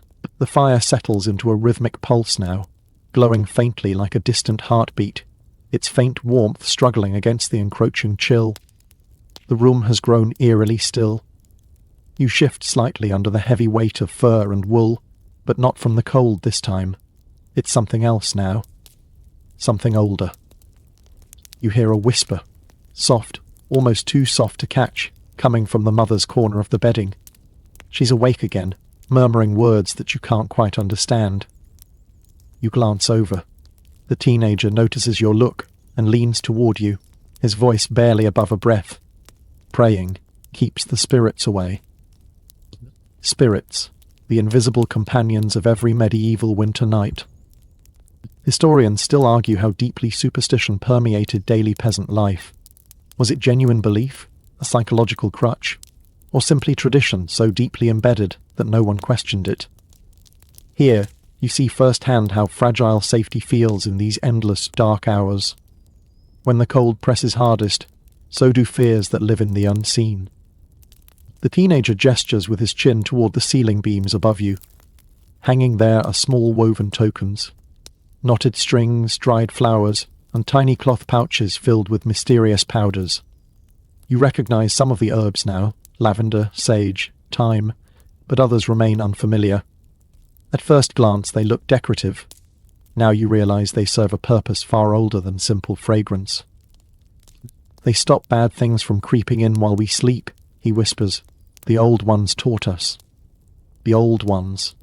Those ancient beliefs that whisper through generations long before books recorded them.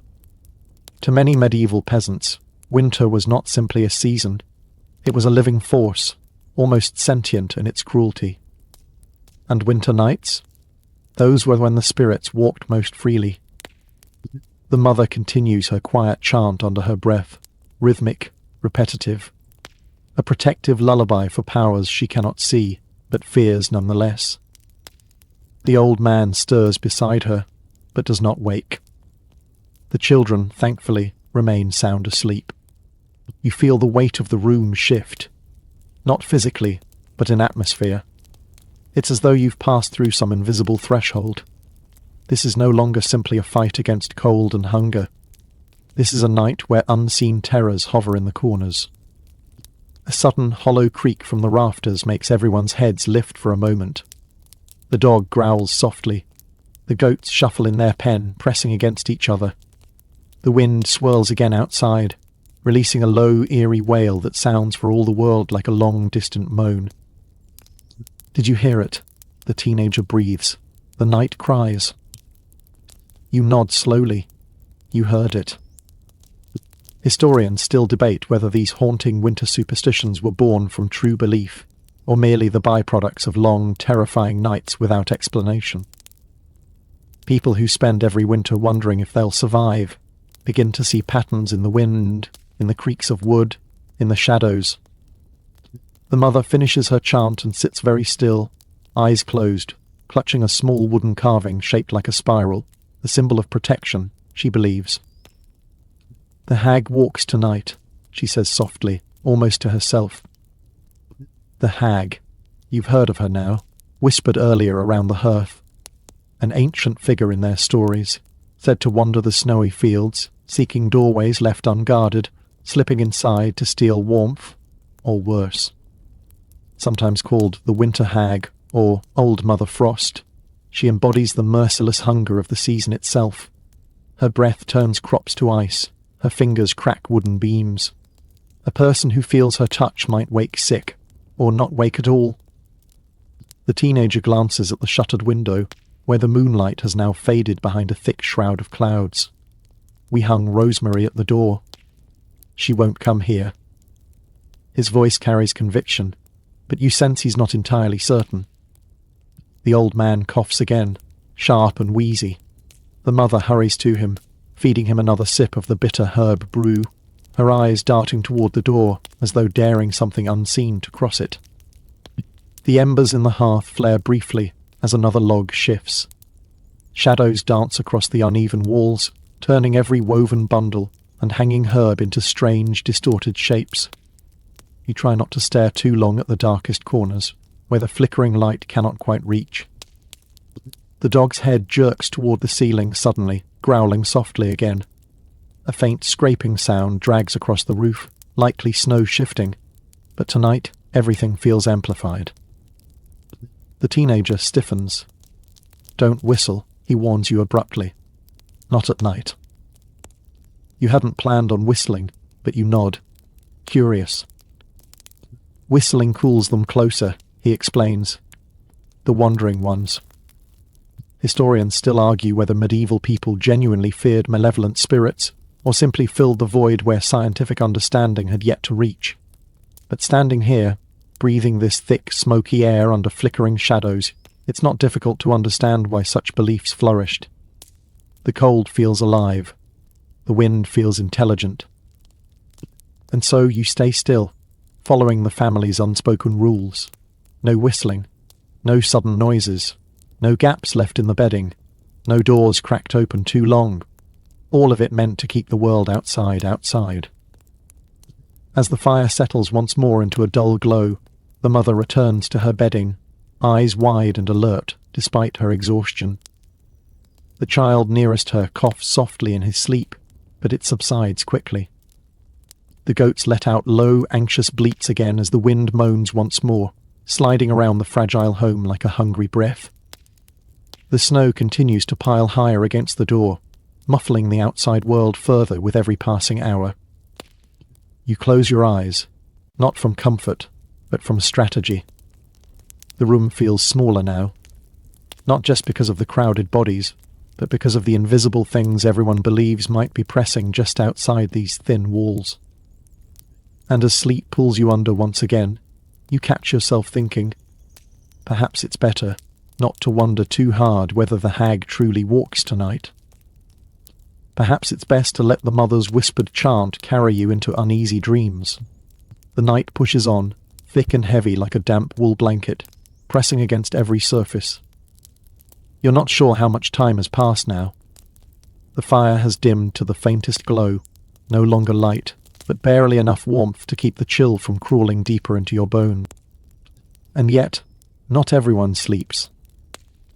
A soft, steady rhythm echoes faintly beneath the wind's lull outside, the chanting of distant voices.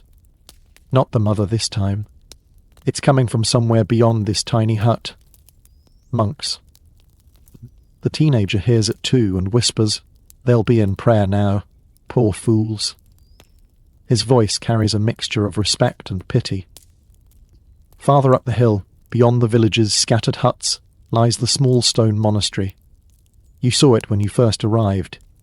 A squat, unwelcoming structure wrapped in its own fortress of snow.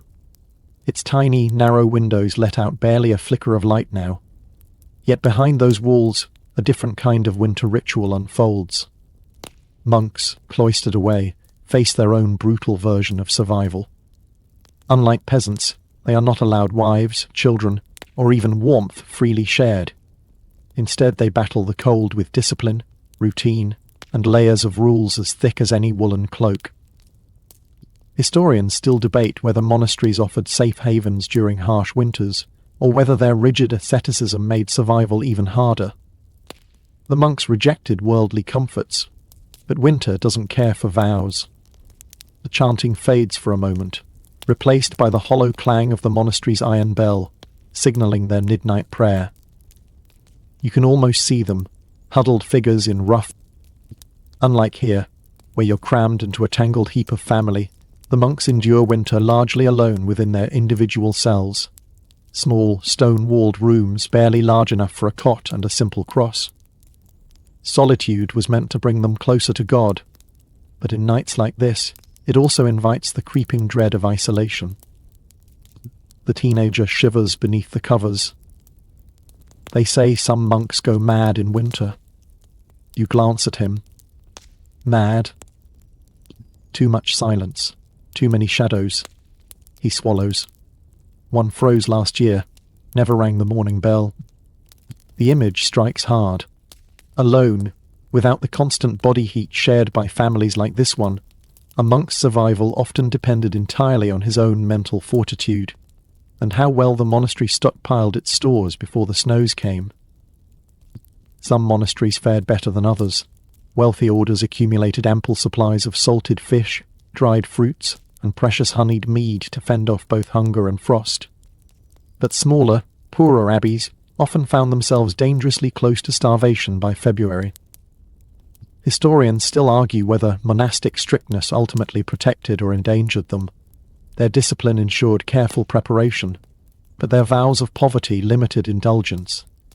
Fasting days were strictly observed, even in winter, though some orders quietly bent rules when faced with mortal cold. You listen again. The chanting resumes, faint, ghostly in its repetition. Gregorian chants floating out into the snow-saturated air, as though trying to push back the darkness through sheer will. The father stirs now, pulling his cloak tighter. "They pray for all of us," he murmurs, "but they feel the cold just the same." The mother nods softly, eyes still fixed on her sleeping children. Their god doesn't make warmer walls. And it's true. The monastery's thick stone may offer protection from the wind, but stone breathes cold endlessly. Without a strong fire, the very walls leach warmth from every breath and heartbeat. You imagine the monks curled under their woolen blankets, whispering prayers into the frozen dark, their cracked lips forming verses while frost blooms on the narrow windows. Some monks have adapted strange winter habits, wrapping hot stones in cloth to place beneath their feet, sleeping fully clothed, even donning crude wooden cloths indoors to keep their souls off the icy flagstone floors.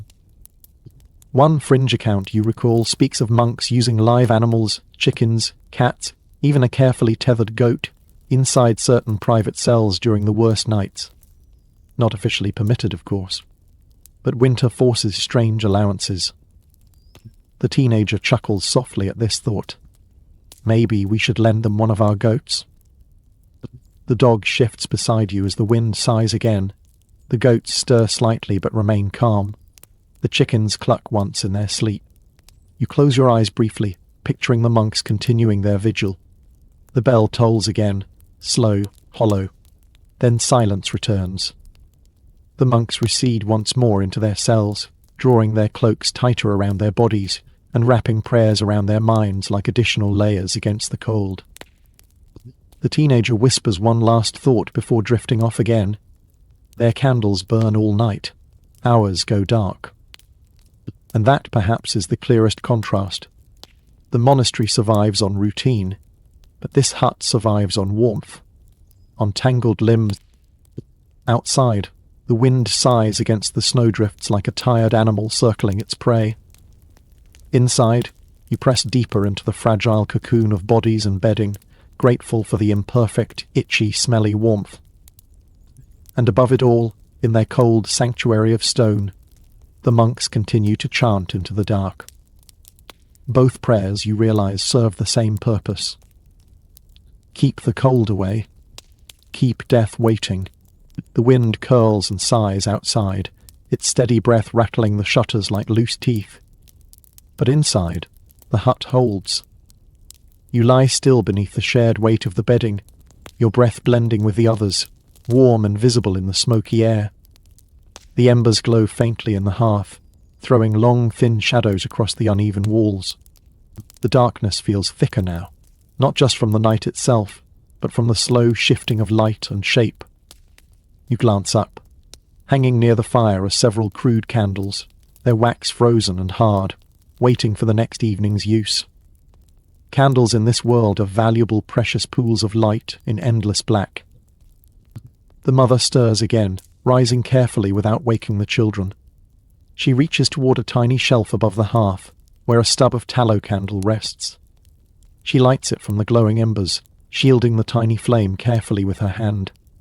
The soft, weak glow pushes back against the shadows, but not far. This is what passes for lighting here. One flickering, greasy flame. Historians still argue whether peasants made their own candles regularly or only for special occasions. Tallow-rendered animal fat burns poorly, smells worse, and leaves thick smoke hanging in the air, but it's cheap and necessary. Beeswax candles, cleaner and brighter, remain a luxury for wealthier homes or the nearby monastery. Here, the fat of butchered animals becomes both food and fragile illumination. The mother moves slowly, her face momentarily lit in the candle's wavering glow as she inspects the bedding again. Her nightly routine, checking for dampness, shifting blankets to trap heat, adjusting the children's positions to keep them pressed tightly together. Her movements are gentle, but calculated. The candlelight revealed the many textures of the room that darkness had hidden.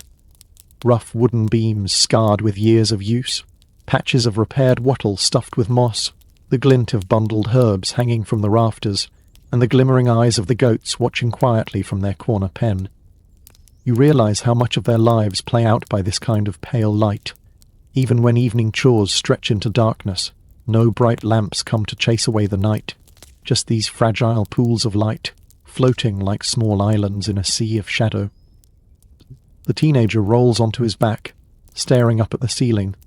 "The shadows move at night," he says softly, his voice half in thought. You glance at him. The wind moves them. He turns his head slightly. Maybe. Or maybe it's the things hiding in them. There it is again, the quiet superstition that creeps into every winter conversation. You're beginning to understand that here, light isn't just for seeing, it's for protecting, for keeping the unknown at bay. The mother replaces the candle carefully on the shelf, where its faint glow projects long fingers across the uneven walls. The dog's eyes flash in its light, watching the flame as it flickers. A sudden gust rattles the shutters hard, and for an instant the shadows dance wildly, stretching and bending like long black limbs reaching across the room. The goats let out low, nervous bleats. The children shift in their sleep. The dog growls softly. The teenager sits up slightly, looking toward the flickering flame. When shadows move too much, that's when they come, he murmurs. You don't ask who they are. You already know. The wandering spirits, the night terrors whispered about since childhood. Souls frozen in past winters, ghosts of those who never saw spring. Whether anyone truly believes they're real seems less important than the fact that everyone treats them as if they are. Historians still debate whether such winter ghost stories were rooted in actual beliefs, or served more as cautionary tales passed through generations. But when you live under conditions this severe, where life and death brush so close, it's easy to see how even the most fantastical stories find a home. The father stirs from his corner now, glancing at the candle. "Use it sparingly," he murmurs.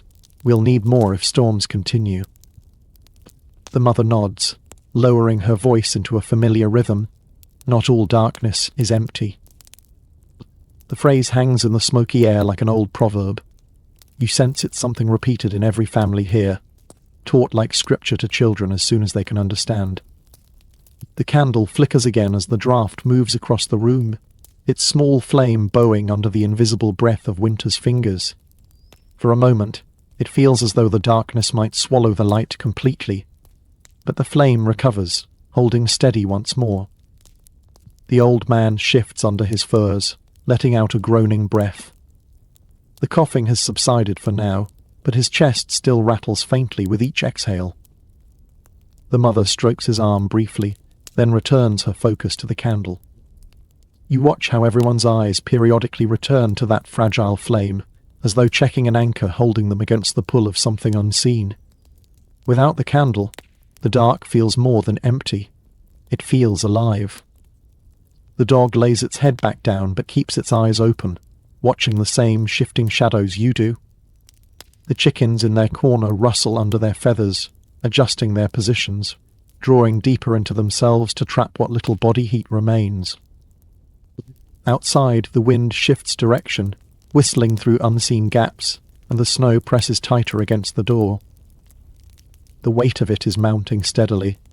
By morning, someone will have to dig out the entrance entirely to avoid being trapped. The teenager lies back down, pulling the heavy blankets higher over his face.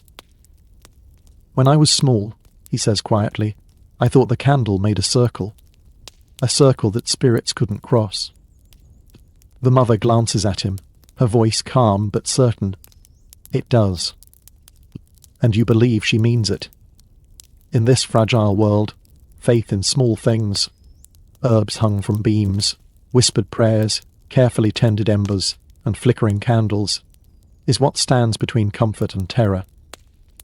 The shadows settle again, shrinking back as the draught dies. The candle burns low, its wax pooling unevenly at the base. But its light holds. And so does the family. For now, the night allows them this one small victory. The candle burns lower now, its tiny flame shrinking toward the stub of hardened tallow. The faint glow dances weakly, and you can feel the cold creeping in again, reclaiming whatever slivers of warmth the fire and bodies had carved out through the long hours. You shift beneath the heavy layers of wool and fur, but your limbs are stiff, your fingers cold. Even the warmest corners can't completely fight off this relentless winter chill. The father rises again, his movements slow, deliberate. He adds a fresh clump of dried peat to the hearth, stirring the embers gently with a long iron rod. Sparks rise briefly before settling into a faint glow. The air fills again with the thick, earthy scent of burning peat, a smell you've grown familiar with, oddly comforting in its own heavy way. But not all of winter's dangers can be driven back by fire. Some slip beneath the skin. You notice the teenager sitting up now, holding his hands near the fire, rubbing them slowly. His fingers are red and puffy, swollen around the knuckles. He flexes them with a wince, then quickly tucks them back beneath the blankets. "Hurts worse when it's damp like this," he mutters. You've seen enough to recognize the early signs of chilblains. Those strange, painful swellings that strike when cold, damp skin is repeatedly exposed to fluctuating temperatures. Not frostbite exactly, not yet, but still dangerous. Historians still argue how well medieval peasants understood conditions like chilblains or frostbite. They lacked scientific explanations, but their wisdom was hard-earned. They knew when the skin darkened, when the fingers stiffened, when pain turned sharp. That was when real danger approached. The mother retrieves a small clay pot from the shelf, opening it carefully. Inside is a thick paste, a blend of goose fat, herbs, and beeswax.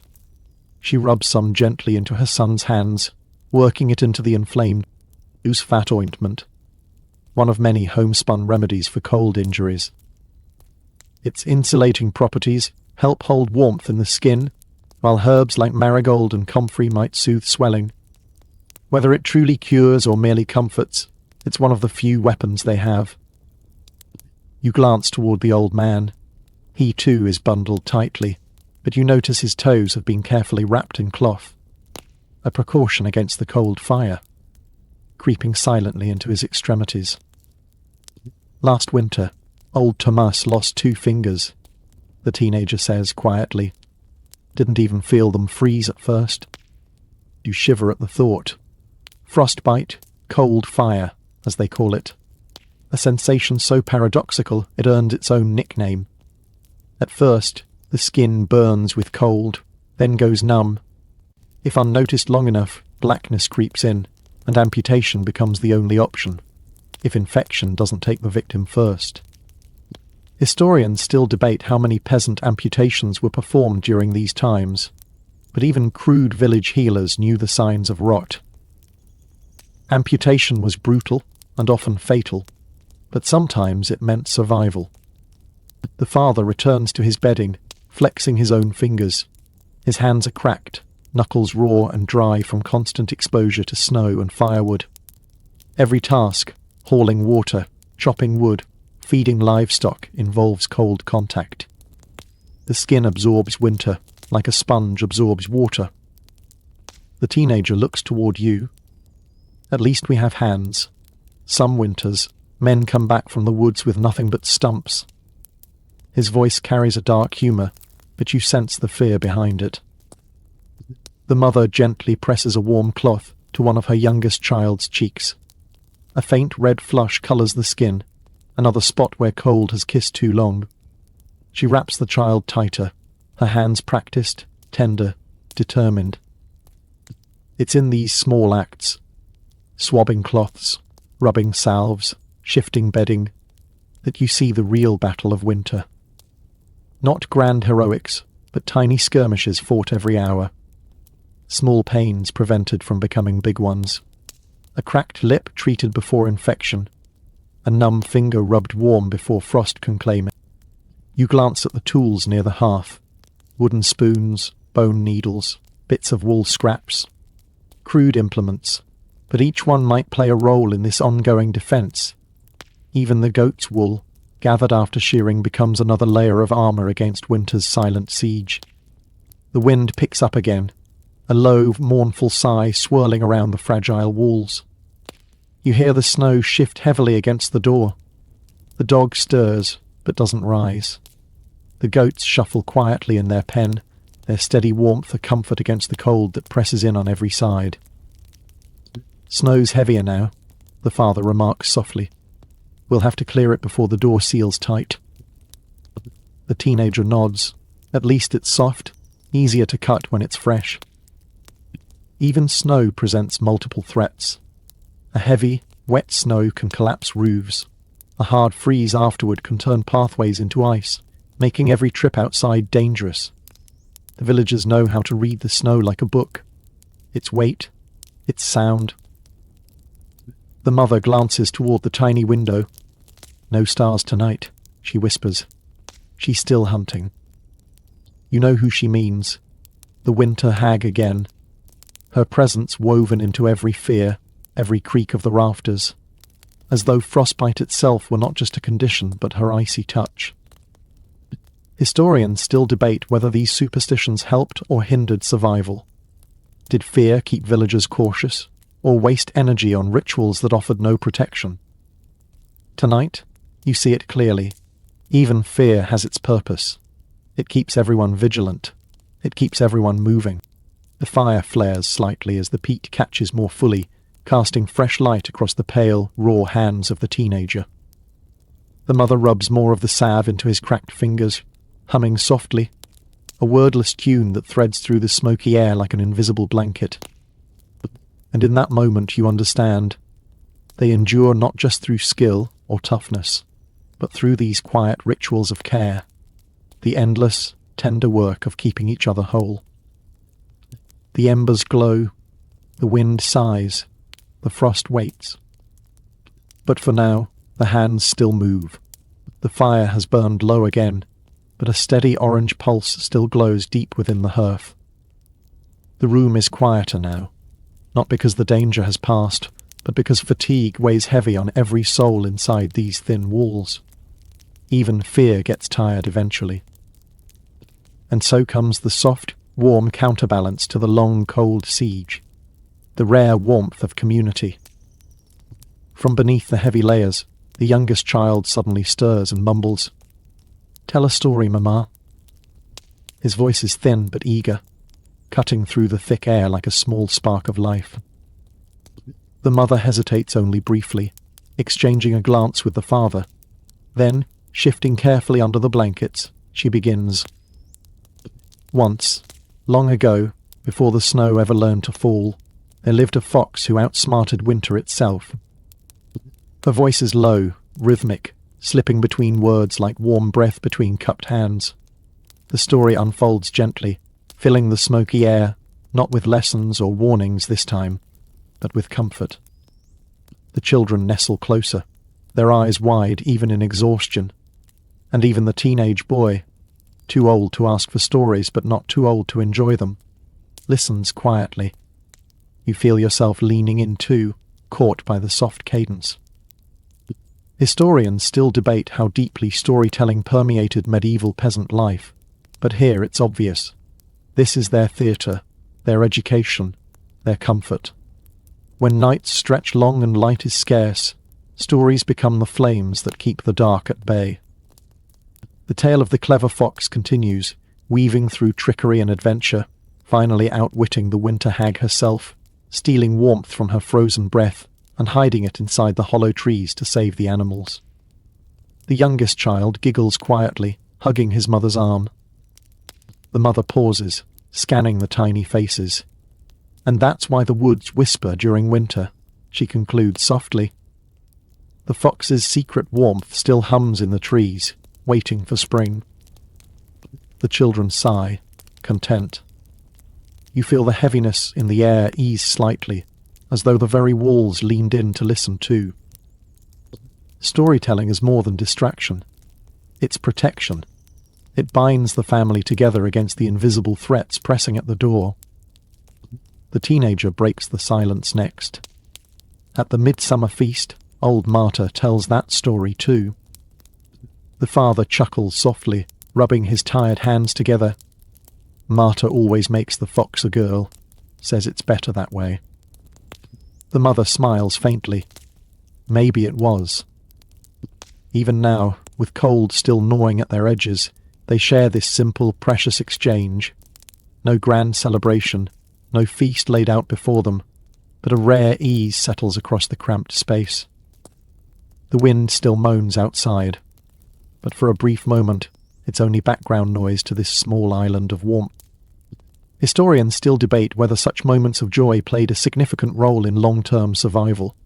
But sitting here, you know the answer. Laughter matters. Hope matters. These tiny bright threads hold together the worn fabric of their lives. The old man stirs again, his breath rattling but steady.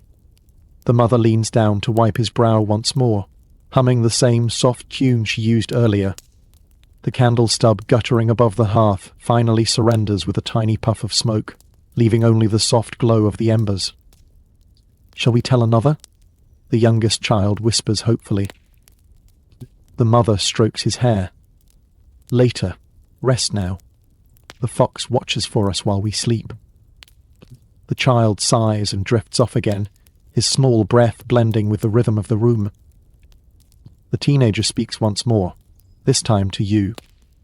The old ones say, winter listens. If you tell stories, she listens less to your bones. His voice is half serious, half sleepy, as long as you're talking. He's still here.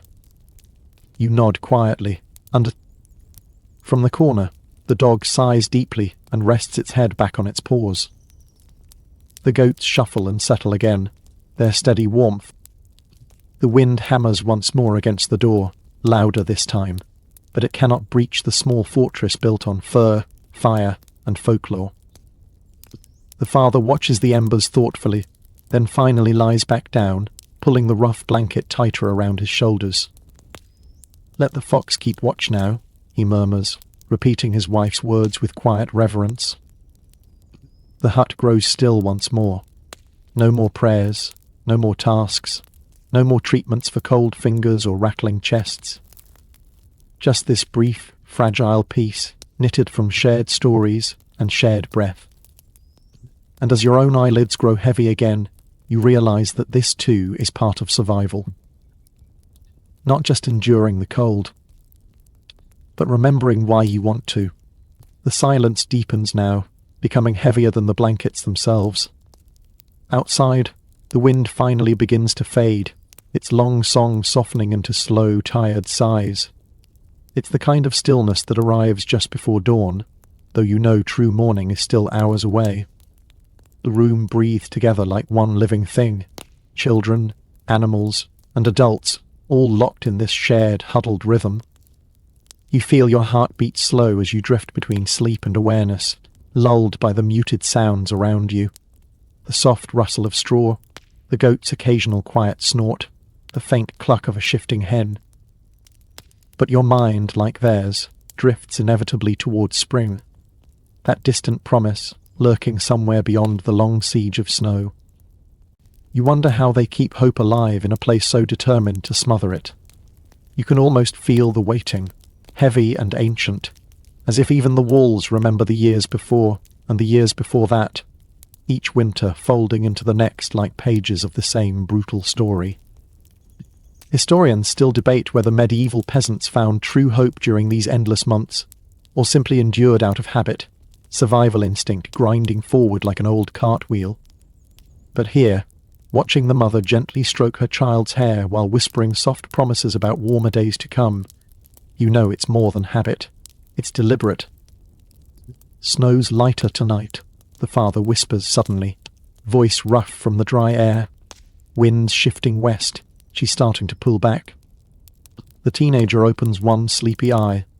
"Still weeks yet," he mumbles, then turns his face back into the bedding. But the faint flicker of hope has already been planted. The snow will retreat. It always does. Even the animals seem to sense the tiniest shift in the air. The dog's breathing slows into deep, contented huffs. The goats lean together, resting more quietly now. The chickens tuck their beaks under their wings. You glance toward the shuttered window, where a sliver of moonlight breaks through a gap in the oiled cloth, like a tiny eye peeking inside. The snow packed high against the outside wall glows faintly, shimmering like polished bone. But where the wind once howled, now it simply whispers. The mother hums softly again, barely audible, a tune that feels older than the beams above you. A song meant not to entertain, but to hold everyone here, mentally tethered to the promise that winter cannot last forever. There's a kind of comfort in how predictable it all is. The turning seasons, the rituals repeated year after year, generation after generation. Gather, insulate, ration, pray, tell stories, wait. As brutal as it is, there's safety in the cycle itself. Historians still argue whether medieval communities held on to any real sense of control over nature, or whether they simply existed at its mercy. But you sense that their power lives in ritual repetition. Each winter survived is a badge earned, a lesson passed down. The teenager speaks again, eyes still closed. Come Candlemas, we'll burn rosemary in the fields, drive winter out for good. Candlemas.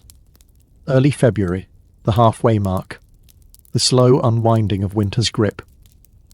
The villagers would gather then, lighting small fires, carrying candles through the fields to symbolically chase away the cold, just as their parents and grandparents did before them. Some say these old rituals are leftovers from even older pagan festivals, long since blurred into Christian calendars. Historians still debate whether they're spiritual practices or simply psychological milestones, tangible markers that help villagers break winter into more bearable chapters. You sense how vital these markers are.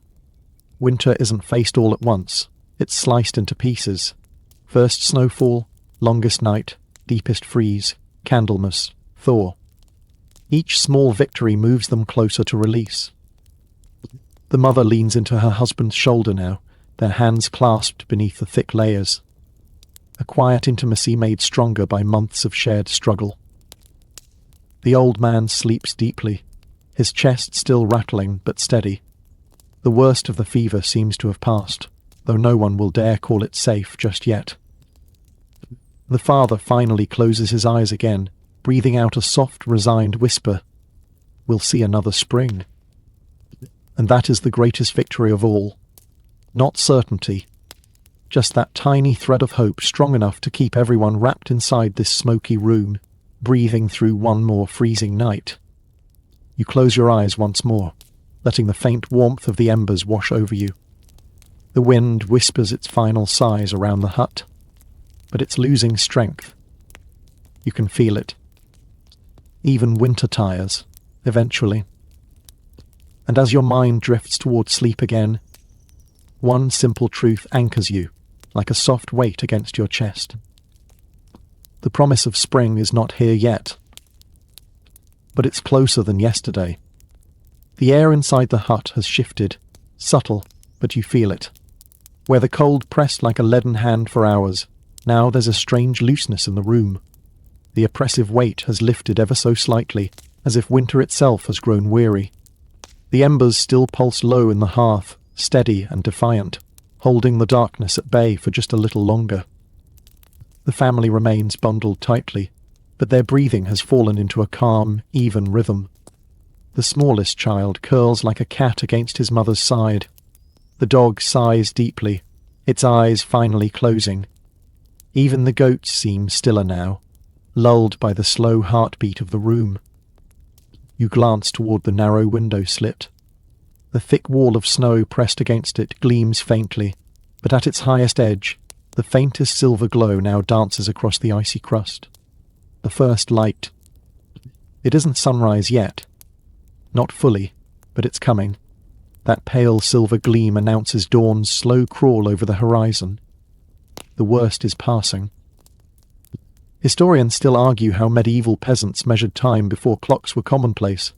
Sun positions, shadows, roosters, instinct. But none of that matters much in nights like this. You don't count hours. You feel them. The father stirs first, sensing the shift in light before opening his eyes.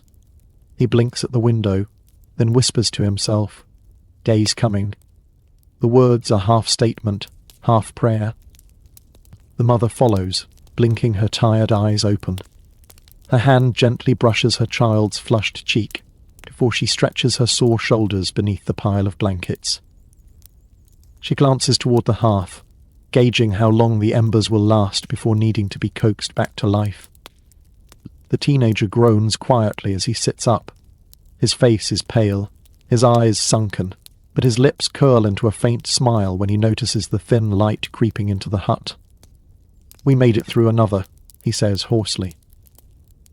And that, in the end, is what every winter night is about. Surviving another. The father rises carefully, walking toward the door and pressing his shoulder against it. The wood doesn't budge. The snow has packed tightly against the frame, sealing them in completely. He gives it a harder push, then sighs. "We'll dig out after we eat." The teenager is already pulling on his thick layers, ready to fetch tools. The snow's light. We'll clear it fast. The old man stirs, waking with a long, wheezing sigh. But this time, there's colour in his cheeks. The worst of the fever seems behind him. The mother presses a warm hand to his brow and smiles with soft relief. "Good, Papa. Good." The entire hut breathes differently now. Not fully safe, not fully warm, but alive. As the room stirs, small tasks unfold automatically. The mother lights the cooking fire again, feeding it carefully.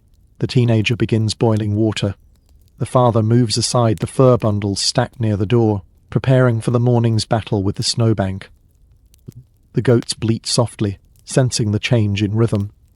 The chickens cluck and shift, fluffing themselves in preparation for the new day. The dog stretches its stiff legs and shakes its coat before finding a new warm spot beside the fire. A familiar routine returns. Fragile, deliberate, but comforting. Historians still debate whether these daily rituals served as psychological armor against winter's crushing weight. But you see now how vital they are. Routines give structure where nature offers chaos. They give control where survival feels random. The teenager returns from the shelves with one of the small clay jars, fermented root and barley porridge. Thin, sour, but warm. Breakfast. He ladles portions into wooden bowls, handing them carefully to each family member. Even the smallest child receives his share, eyes bright now despite the lingering cough. The father raises his bowl briefly, whispering a few quiet words to the son. The others nod, repeating the gesture. No grand feast, just gratitude. And you understand that this is how hope survives, not through grand gestures, but through these quiet acknowledgements of life's continued presence, no matter how thin or bitter the meal. The faint sliver of light widens in the window. The sky beyond is still pale and grey, but no longer the black void of night. The sun is rising. The cycle continues. The father moves to the door again. "I'll clear it." The teenager rises to help, grabbing a crude wooden shovel.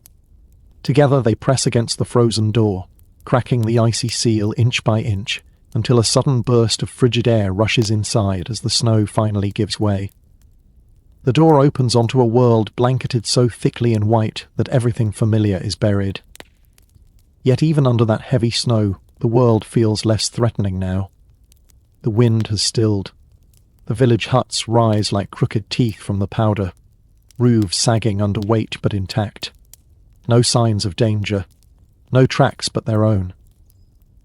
The father steps into the deep snow, exhaling steam into the cold morning air. "Sky's lightening fast," he says. "By noon it may warm enough for the upper layer to crust." The teenager grins through cracked lips. "Good for sledding," he jokes. The mother shakes her head, smiling faintly at his optimism. The old man chuckles softly from his nest of furs. Even the youngest child giggles behind his wooden bowl. Here it is again, that fragile thing that has carried them through. Humour. Lightness, even after a night like this. Historians may never fully capture the depth of resilience it takes to live through centuries like these. But sitting here, watching this family slowly, methodically reassemble themselves for another day, you feel it with perfect clarity. They survived, and survival, once again, feels like victory. The sun rises higher now, casting pale gold onto the endless field of snow. The cold remains, but something has shifted. The night is over. The long thaw, distant though it may be, has already begun in their hearts. Another winter night behind them. One night closer to spring. The rhythm of the morning unfolds slowly, each small movement measured, gentle. The harsh edge of survival has softened for now, replaced with a kind of quiet resilience that feels almost tender. The mother hums softly while stirring the thin porridge over the newly revived fire. The teenager scrapes snow away from the door in long, sweeping arcs, his breath forming snow clouds that vanish in the crisp morning air. The dog stretches again, then circles twice, before curling into a new warm patch near the hearth. The pale winter sun creeps higher, casting long silver beams across the snowy fields beyond.